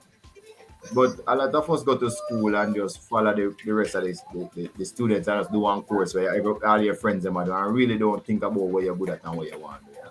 It's true. So both of you are right. Yeah, man. When is the C license, Coach Speid, and then? All right. So we don't know yet because we have to try and find some time. But if you look and see the other D license schedule it goes, we're having like about 8 more courses before the end of the year. Yeah. All right. Hey, Coach. M10 football. Bless and thanks for coming on, and always appreciate it. Unseen. Bless up yourself. You don't agree with me, but what I say go? No. Listen, you know what is funny, Unseen? You always say. You know what I always say. You always say, Unseen. You always say to me, when the controversial things come up, man, you don't know, say if program is spicy, we have to disagree. So you raise up some things to disagree with me. No, me disagree with you. You understand me? You can't deal with it. You see your life? No, I'm not dealing with it, man. I'm dealing with it. A 3 against 1, Jesus. Me about all Jesus Christ and all of them things, man. Another background, man. We never know it. Mr. Speid, respect and thanks for coming on. Yeah, that's sorry that you have to be here at the JPL part. Finish long time. Mr. Christie, thanks for coming on as well. And to all the persons in the comment section, thank you so much for being a part of the discussion. Brian, Mike Manasteel, big up yourself. Thanks to every single one of you for staying 3 hours and 10 minutes. We should have finished in an hour and a half. But, it was a good discussion. Enjoy the rest of your week. Listen, there are many vloggers out there. You have Unseen. You have Military Guna, the Formula Sport, Talawa TV. You have Ryan LFC. You have Coach Minzy, who has his triple treat. Go and support them. All right. Go and watch their content. It's different from mine. And that is a good thing, that all of us provide different content. And that's a good thing. Too much of one thing, old people say good for nothing. So you need different content, different sounds, different voices. All right. But everybody has a space in the thing. Bless you. Have a wonderful rest of the day until we meet again. Remember, go out and watch the JPL on Sunday. Big banger games on top of banger games on top of banger games. Big games, good surfaces, and lot of good entertainment. Brain drain. This is diversity. Yes, here you go. Who feels it knows it. All right, everybody. Yeah, man. Hey, people, Calabar, if you need coaches, talk to me, A lot of people say they want the Calabar job, and I meet them a call, So, let me know, you understand me. I talk the football side, you understand me. So, bless up yourself, everybody. Enjoy the rest of the day again. Man, I am sure sports it is. We are over and we are out.